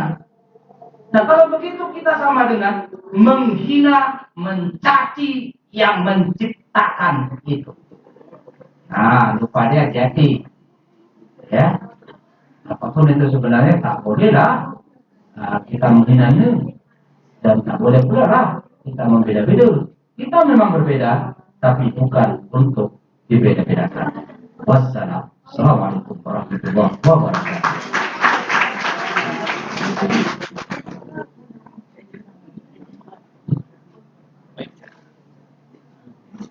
Baik, terima kasih mengucapkan kepada Pak Dr. Terebong Misbah MA. Ternyata kelakarnya nggak berubah Pak ya, tapi tetap lucu Pak ya. Ya, tetap humoris Pak Lembong, walaupun dulu waktu saya kuliah tetap seperti ini, sampai sekarang juga masih seperti ini Pak. Artinya masih buat kita ketawa lah, dengan ketawa sambil mendapatkan ilmu baru dari kita. Intinya bahwa bagaimana mengubah mindset kita terkait dengan disabilitas hingga membangun budaya inklusif yang ada di perguruan tinggi. Selain dari kepedulian tadi, kepedulian dan juga saling bersinergi di lintas sektor, di lintas stakeholder terkait dengan pembangunan perguruan tinggi yang inklusif. Baik, terima kasih kepada Pak Lembong dan juga Kak Erlin terkait dengan paparan materinya. Selanjutnya kita masuk dalam sesi tanya jawab. Karena memang waktu kita terbatas, tapi kita percepat nantinya. Ini masih ada 6 penanya lagi, dan 6 penanya lagi. Boleh dari teman-teman DPO, organisasi disabilitas yang ingin bertanya, silakan. Kalau ada, boleh tiga dari teman-teman DPO dan 3 dari teman-teman mahasiswa maupun dari Bapak Ibu dosen sekalian. Ada? Oke, silakan. Oke, dari belakang dulu. Kakak yang pakai baju warna pink, silakan.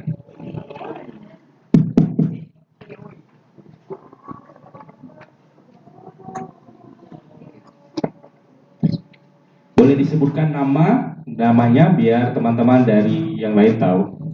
Baik, bismillahirrahmanirrahim. Assalamualaikum warahmatullahi wabarakatuh. Perkenalkan nama saya Sertika dari Prodi Pengembangan Masyarakat Islam dari Lighting 20. Nah, di sini saya ingin bertanya kepada Ibu Merlinda.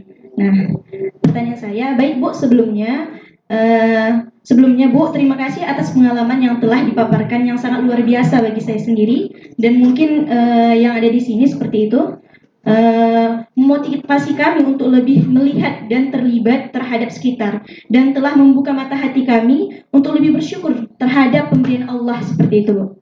Nah, sedikit pertanyaan saya di sini mungkin terkait agar kami sebagai pengembangan masyarakat lebih semangat dan paham dalam melihat sekitar. Pertanyaan saya, Bu, motivasi apa yang membuat Ibu bersemangat sampai titik sekarang ini sehingga Ibu mampu menerima keadaan ini seperti itu? Karena jika dipikir dan dilihat untuk sampai pada titik ini tidak semudah yang kita bayangkan. Mungkin itu saja, Bu, dari saya. Assalamualaikum warahmatullahi wabarakatuh. Waalaikumsalam warahmatullahi wabarakatuh. Oke, kita berhenti sejenak.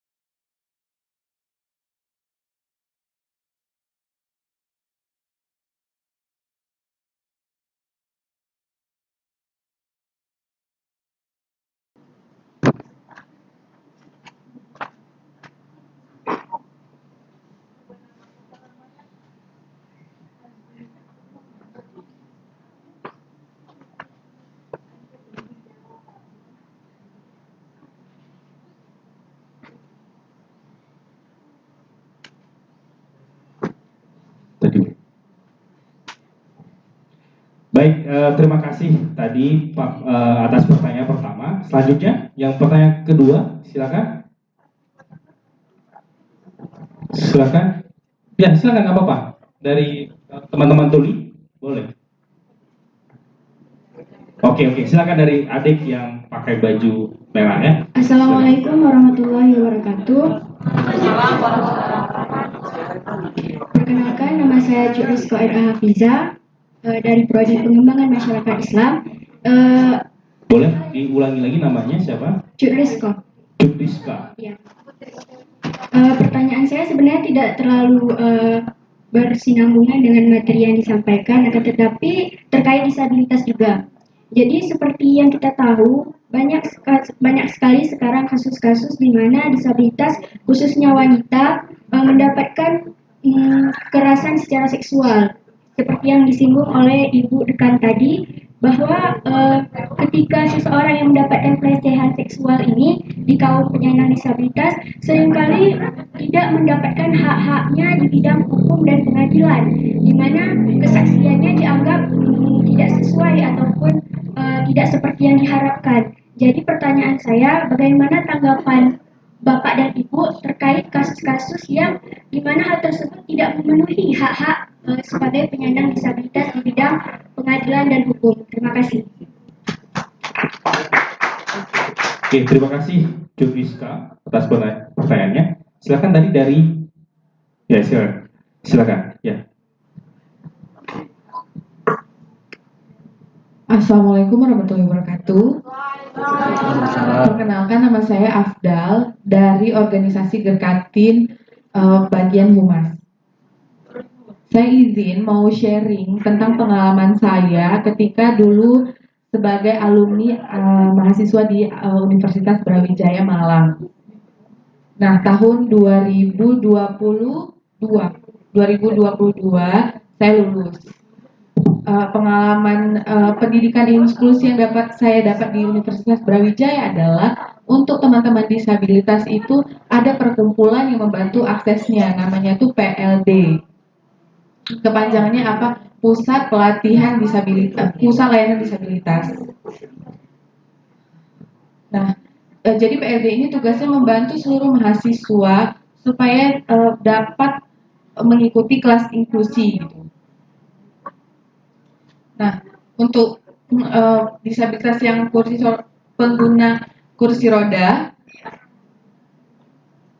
nah nanti itu dibantu sama mahasiswa relawan dari PLD. Contohnya mahasiswa di semester akhir yang lagi nyusun skripsi gitu. Nah, jadi mahasiswa baru tuh biasanya nggak bisa join PLD. Yang join di PLD adalah mahasiswa yang udah semester akhir gitu, yang jadwalnya tuh banyak kosong. Jadi bisa membantu mahasiswa disabilitas untuk bisa misalnya naik lift untuk mendapatkan akses yang lain gitu. Jadi di sana tangga tuh nggak ada, semuanya tuh pakai lift. Nah, kalau misalnya untuk teman-teman netra, ada teman yang membantu mendampingi. Jadi di sana tuh nanti ada jalur khusus yang tidak ada halangan. Jadi di sana tuh jalannya tanpa hambatan gitu. Nah, kalau misalnya pengguna motor di lingkungan kampus tuh semuanya harus pelan-pelan gitu. Tapi ada beberapa fasilitas yang masih memiliki hambatan, tapi kebanyakan udah enggak gitu. Khususnya untuk misalnya teman-teman tuli, mahasiswa tuli. Nah, ketika misalnya masuk kelas, dosennya itu apakah menggunakan bahasa isyarat? Tidak. Ada mahasiswa dengar yang membantu yang dari PLD tadi menerjemahkan mata kuliahnya gitu. Nah, ini tuh sifatnya volunteer gitu, sifatnya volunteer. Jadi ini dosen, di sebelahnya berdiri nih asisten dosennya mahasiswa yang menerjemahkan mata kuliahnya gitu.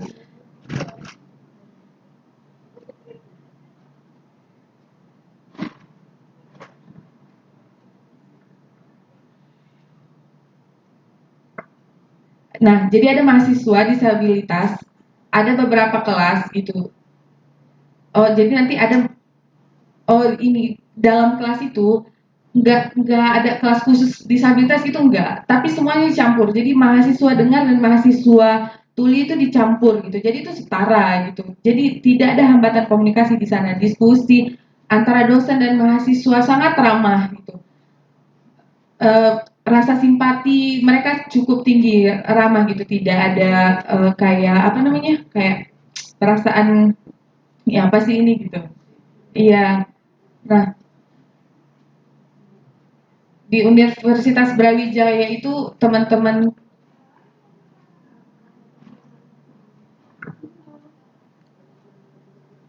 Nah, mungkin Aceh bisa mengcopy gitu atau bekerja sama dengan PLD gitu. Jadi kayak misalnya Win Araniri juga bangun organisasi yang sama seperti PLD untuk bisa membantu mahasiswa-mahasiswa disabilitas. Terima kasih.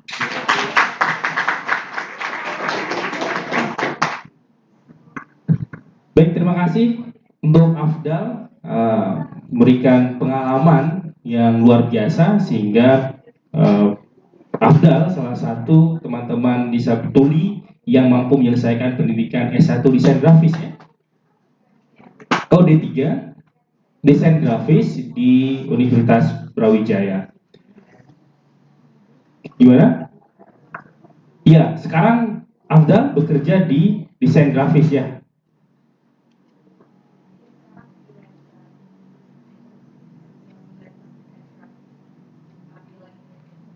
Oke, sebagai freelancer desain grafis. Oke, tepuk tangan untuk Afda. Oke. Dan siapa lagi tuh penanya? Ada yang ingin bertanya kembali? Atau berdiskusi? Mengingat waktu kita juga yang sudah sangat mepet. Lagi-lagi kita serahkan waktu paling bawah. Oke, silakan. Satu lagi, silakan disebutkan namanya dan ditanyakan penanya untuk siapa. Bismillahirrahmanirrahim. Assalamualaikum warahmatullahi wabarakatuh. Terima kasih atas kesempatannya. Nama saya Nanda Fajria. Saya alumni dari PMI Kesos.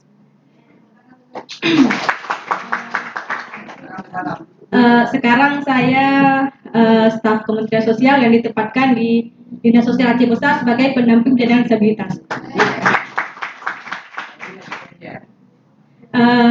Mungkin Pak Moderator izin, saya bukan menanyakan tapi memberikan informasi bahwa sesuai pertanyaan adik kita tadi, beliau mengatakan bahwa banyak kurangnya perhatian ataupun layanan yang diterima oleh penyandang disabilitas yang mengalami pelecehan seksual. Jadi sedikit informasi dek, sebenarnya kasus-kasus penyandang disabilitas itu bukan tidak dilayani ataupun kurangnya tanggapan dari pemerintah, hanya saja kadang-kadang perlakuan-perlakuan yang dialami oleh disabilitas itu kurang diekspos atau tidak dilaporkan.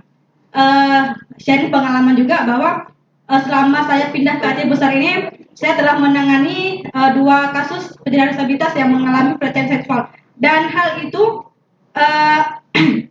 layanan itu diterima sama persis seperti yang diterima oleh kawan-kawan yang non disabilitas. Terima kasih. Assalamualaikum warahmatullahi wabarakatuh. Baik, terima kasih Nanda atas tadi informasi yang disampaikan. Baik, saya ingin ulang kembali sedikit Kak Erlin bahwa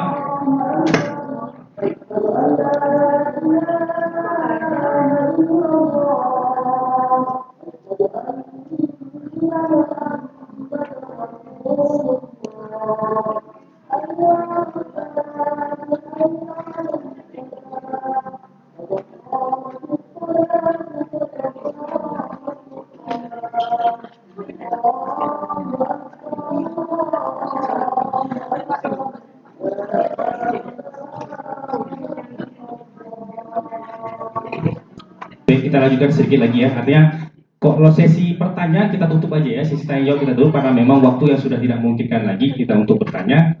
Dan tadi pertanyaan pertama tadi dari Sartiga terkait dengan bagaimana kakak menyikapi motivasinya sehingga sampai pada titik ini, tingkat tetap semangat dan lain sebagainya. Itu untuk Kak Edi.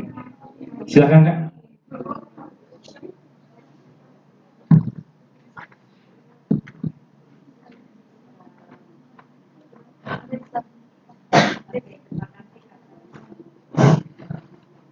Kita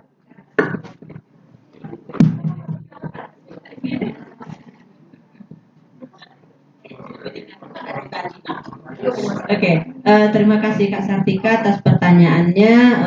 Bagaimana saya memotivasi diri sampai saya menjadi seperti sekarang? Ya, seperti yang dari pemateri pertama bahkan tadi, pemateri kedua, bahkan saya juga masuk Bapak dosen kita itu mengatakan sebenarnya yang membuat saya seperti ini itu yang pertama saya memang mau, ya. Saya memang ingin belajar. Sebenarnya saya ingin banyak sekali. Saya tidak berhentinya untuk belajar bagaimana memotivasi diri saya sendiri. Selanjutnya dukungan dari keluarga itu yang mempengaruhi besar perubahan saya sebenarnya. Kenapa? Dulu saya mungkin tidak jauh berbeda seperti dengan teman-teman yang lain yang saya bilang tadi rasa mindernya tinggi, benar. Saya mulai seperti sekarang justru setelah pasca tsunami ketika saya diajak oleh salah satu NGO internasional untuk menjadi role model sebuah program mereka.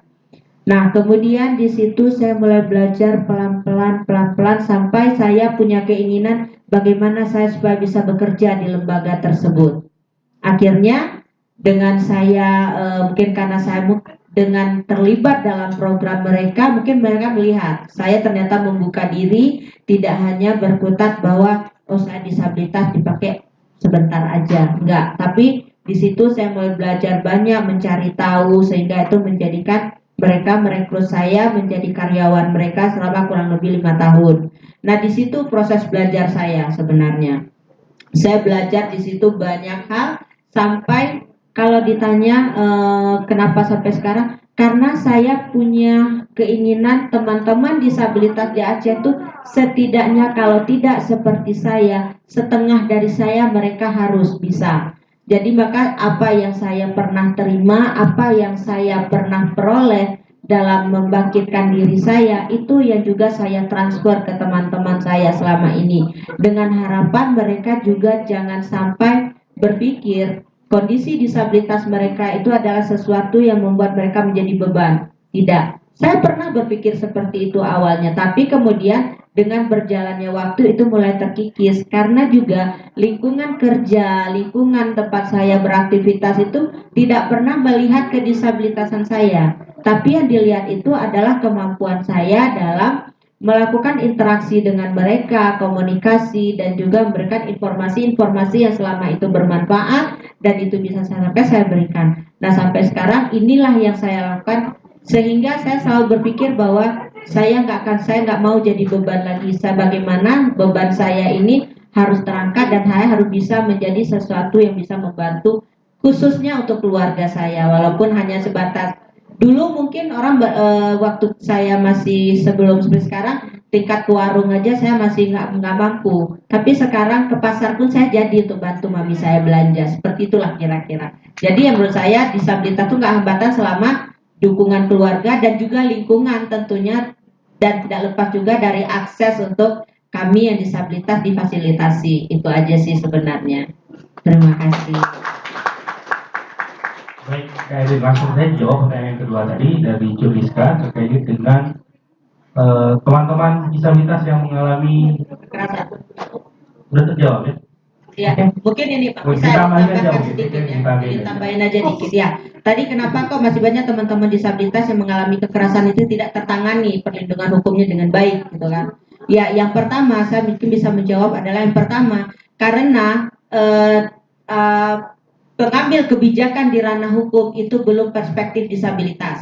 Sehingga banyak kasus disabilitas yang tidak tertangani dengan maksimal.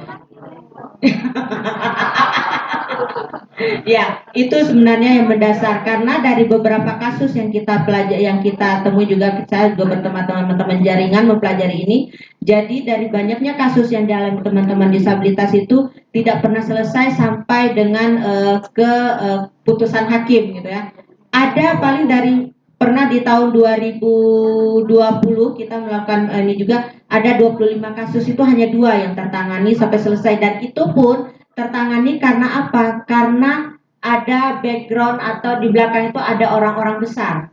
Tapi kalau yang kasusnya itu tidak ada orang besar di belakangnya, hampir semuanya tidak selesai. Semuanya mentok di kepolisian, dan itu memang maka harapan kita itu sebenarnya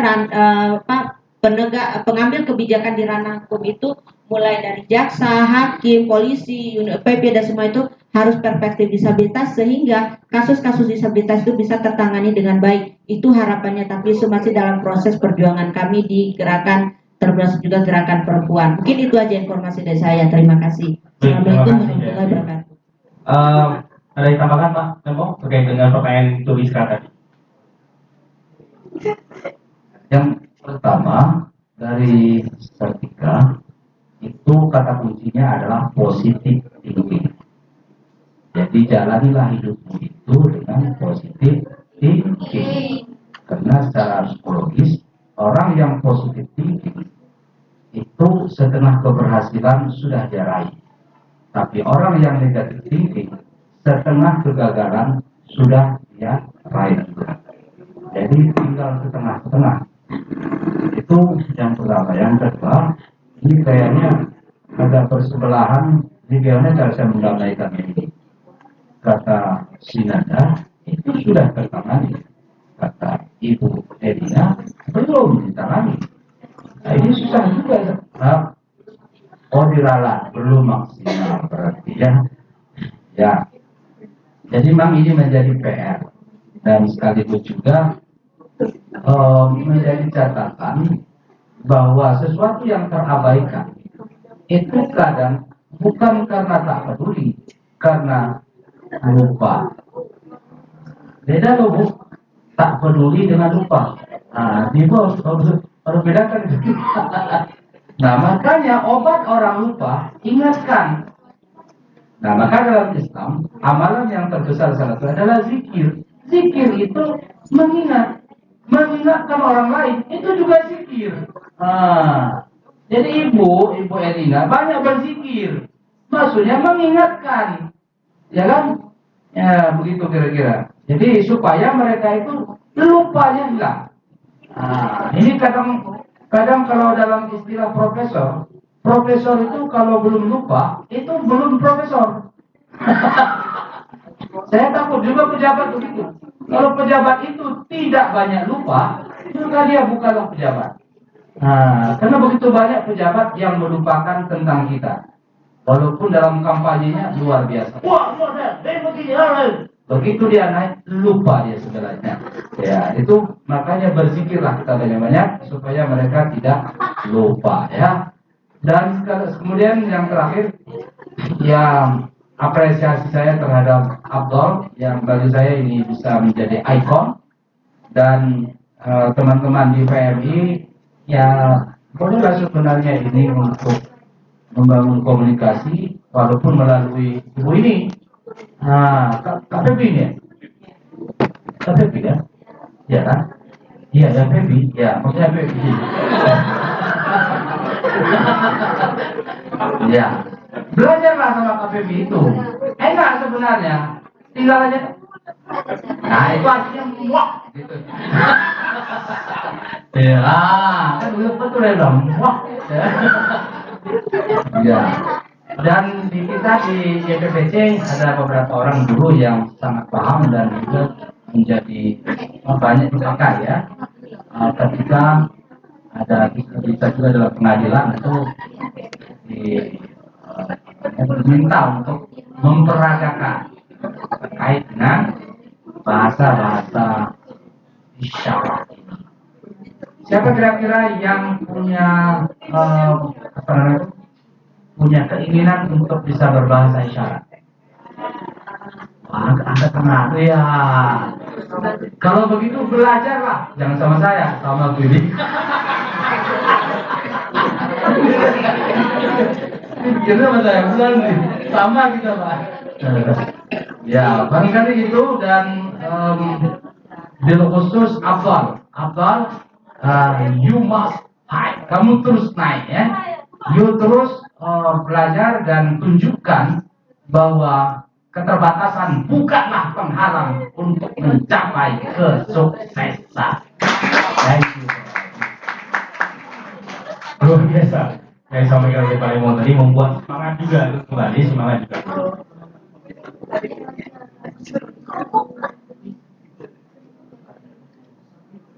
Iya, iya. Sampaikan dulu. Oke, minta disampaikan. Gimana? Ketua panitia bisa kita lanjutkan lagi? Bisa ya? Oke.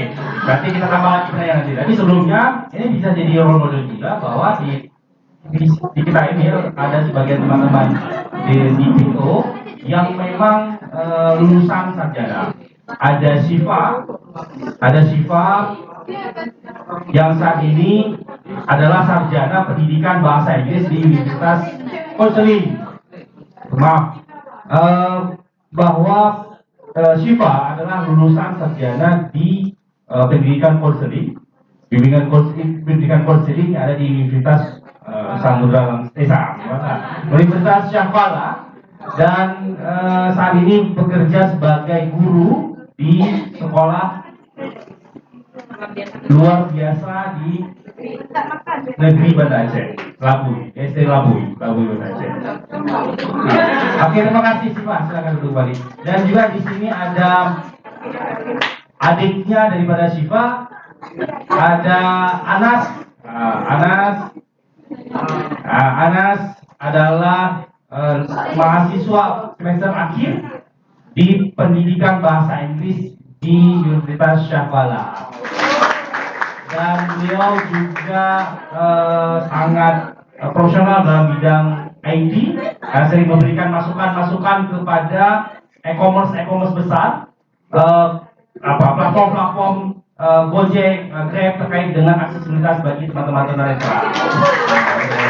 Dan di sampingnya ada Hafi yang sebagai TikTokers, artis TikTok. Itu Hafi. Hafiman silahkan di follow dan dilihat bagaimana Hafi mengadvokasi kayak disabilitas di media sosial. Dan juga ada Pak Rahmat di belakang dulu. Pak Rahmat adalah dan dari Pertuni. Beliau adalah sarjana keperawatan dan beliau disabilitas sentralnya baru karena faktor kesehatan, sehingga beliau saat ini blind total, tidak bisa melihat. Sebelumnya beliau adalah asisten dokter bedah di Rumah Sakit Arum. Ada juga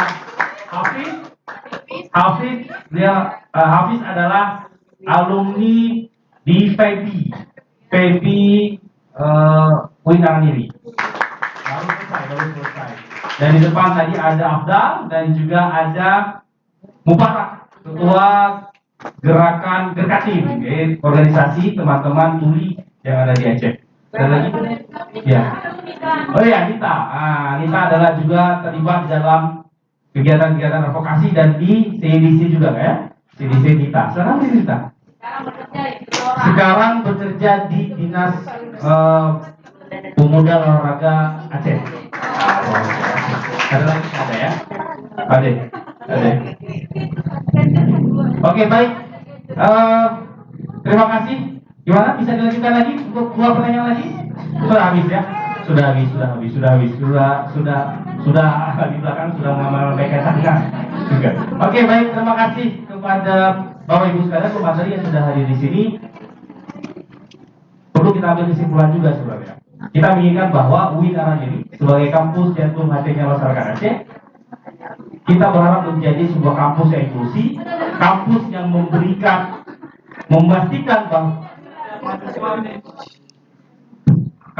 memastikan bahwa setiap mahasiswa dapat menghadiri, mengikuti, berpartisipasi dan berprestasi di kampus tanpa adanya diskriminasi. Mudah-mudahan itu terwujud dan itu menjadi ruang kita bersama, dan perlu adanya keterlibatan kita secara aktif di dalam mewujudkan ruang tinggi yang inklusi yang bisa diakses untuk semua orang tanpa diskriminasi. Sekali lagi terima kasih kepada pemateri kita hari ini. Di depan ada Pak Kaslim juga, dan juga ada sebelah kiri saya ada penerjemah bahasa isyarat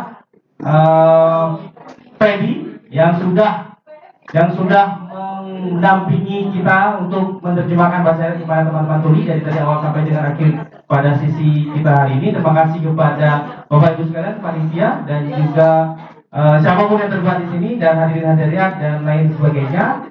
Saya Saifullah selaku moderator pada siang hari ini terakhir mengundurkan diri, dan sebelum kita tutup kita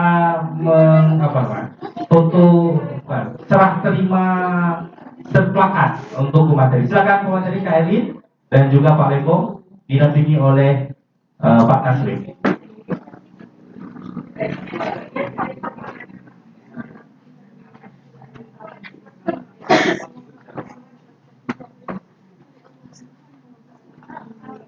Ini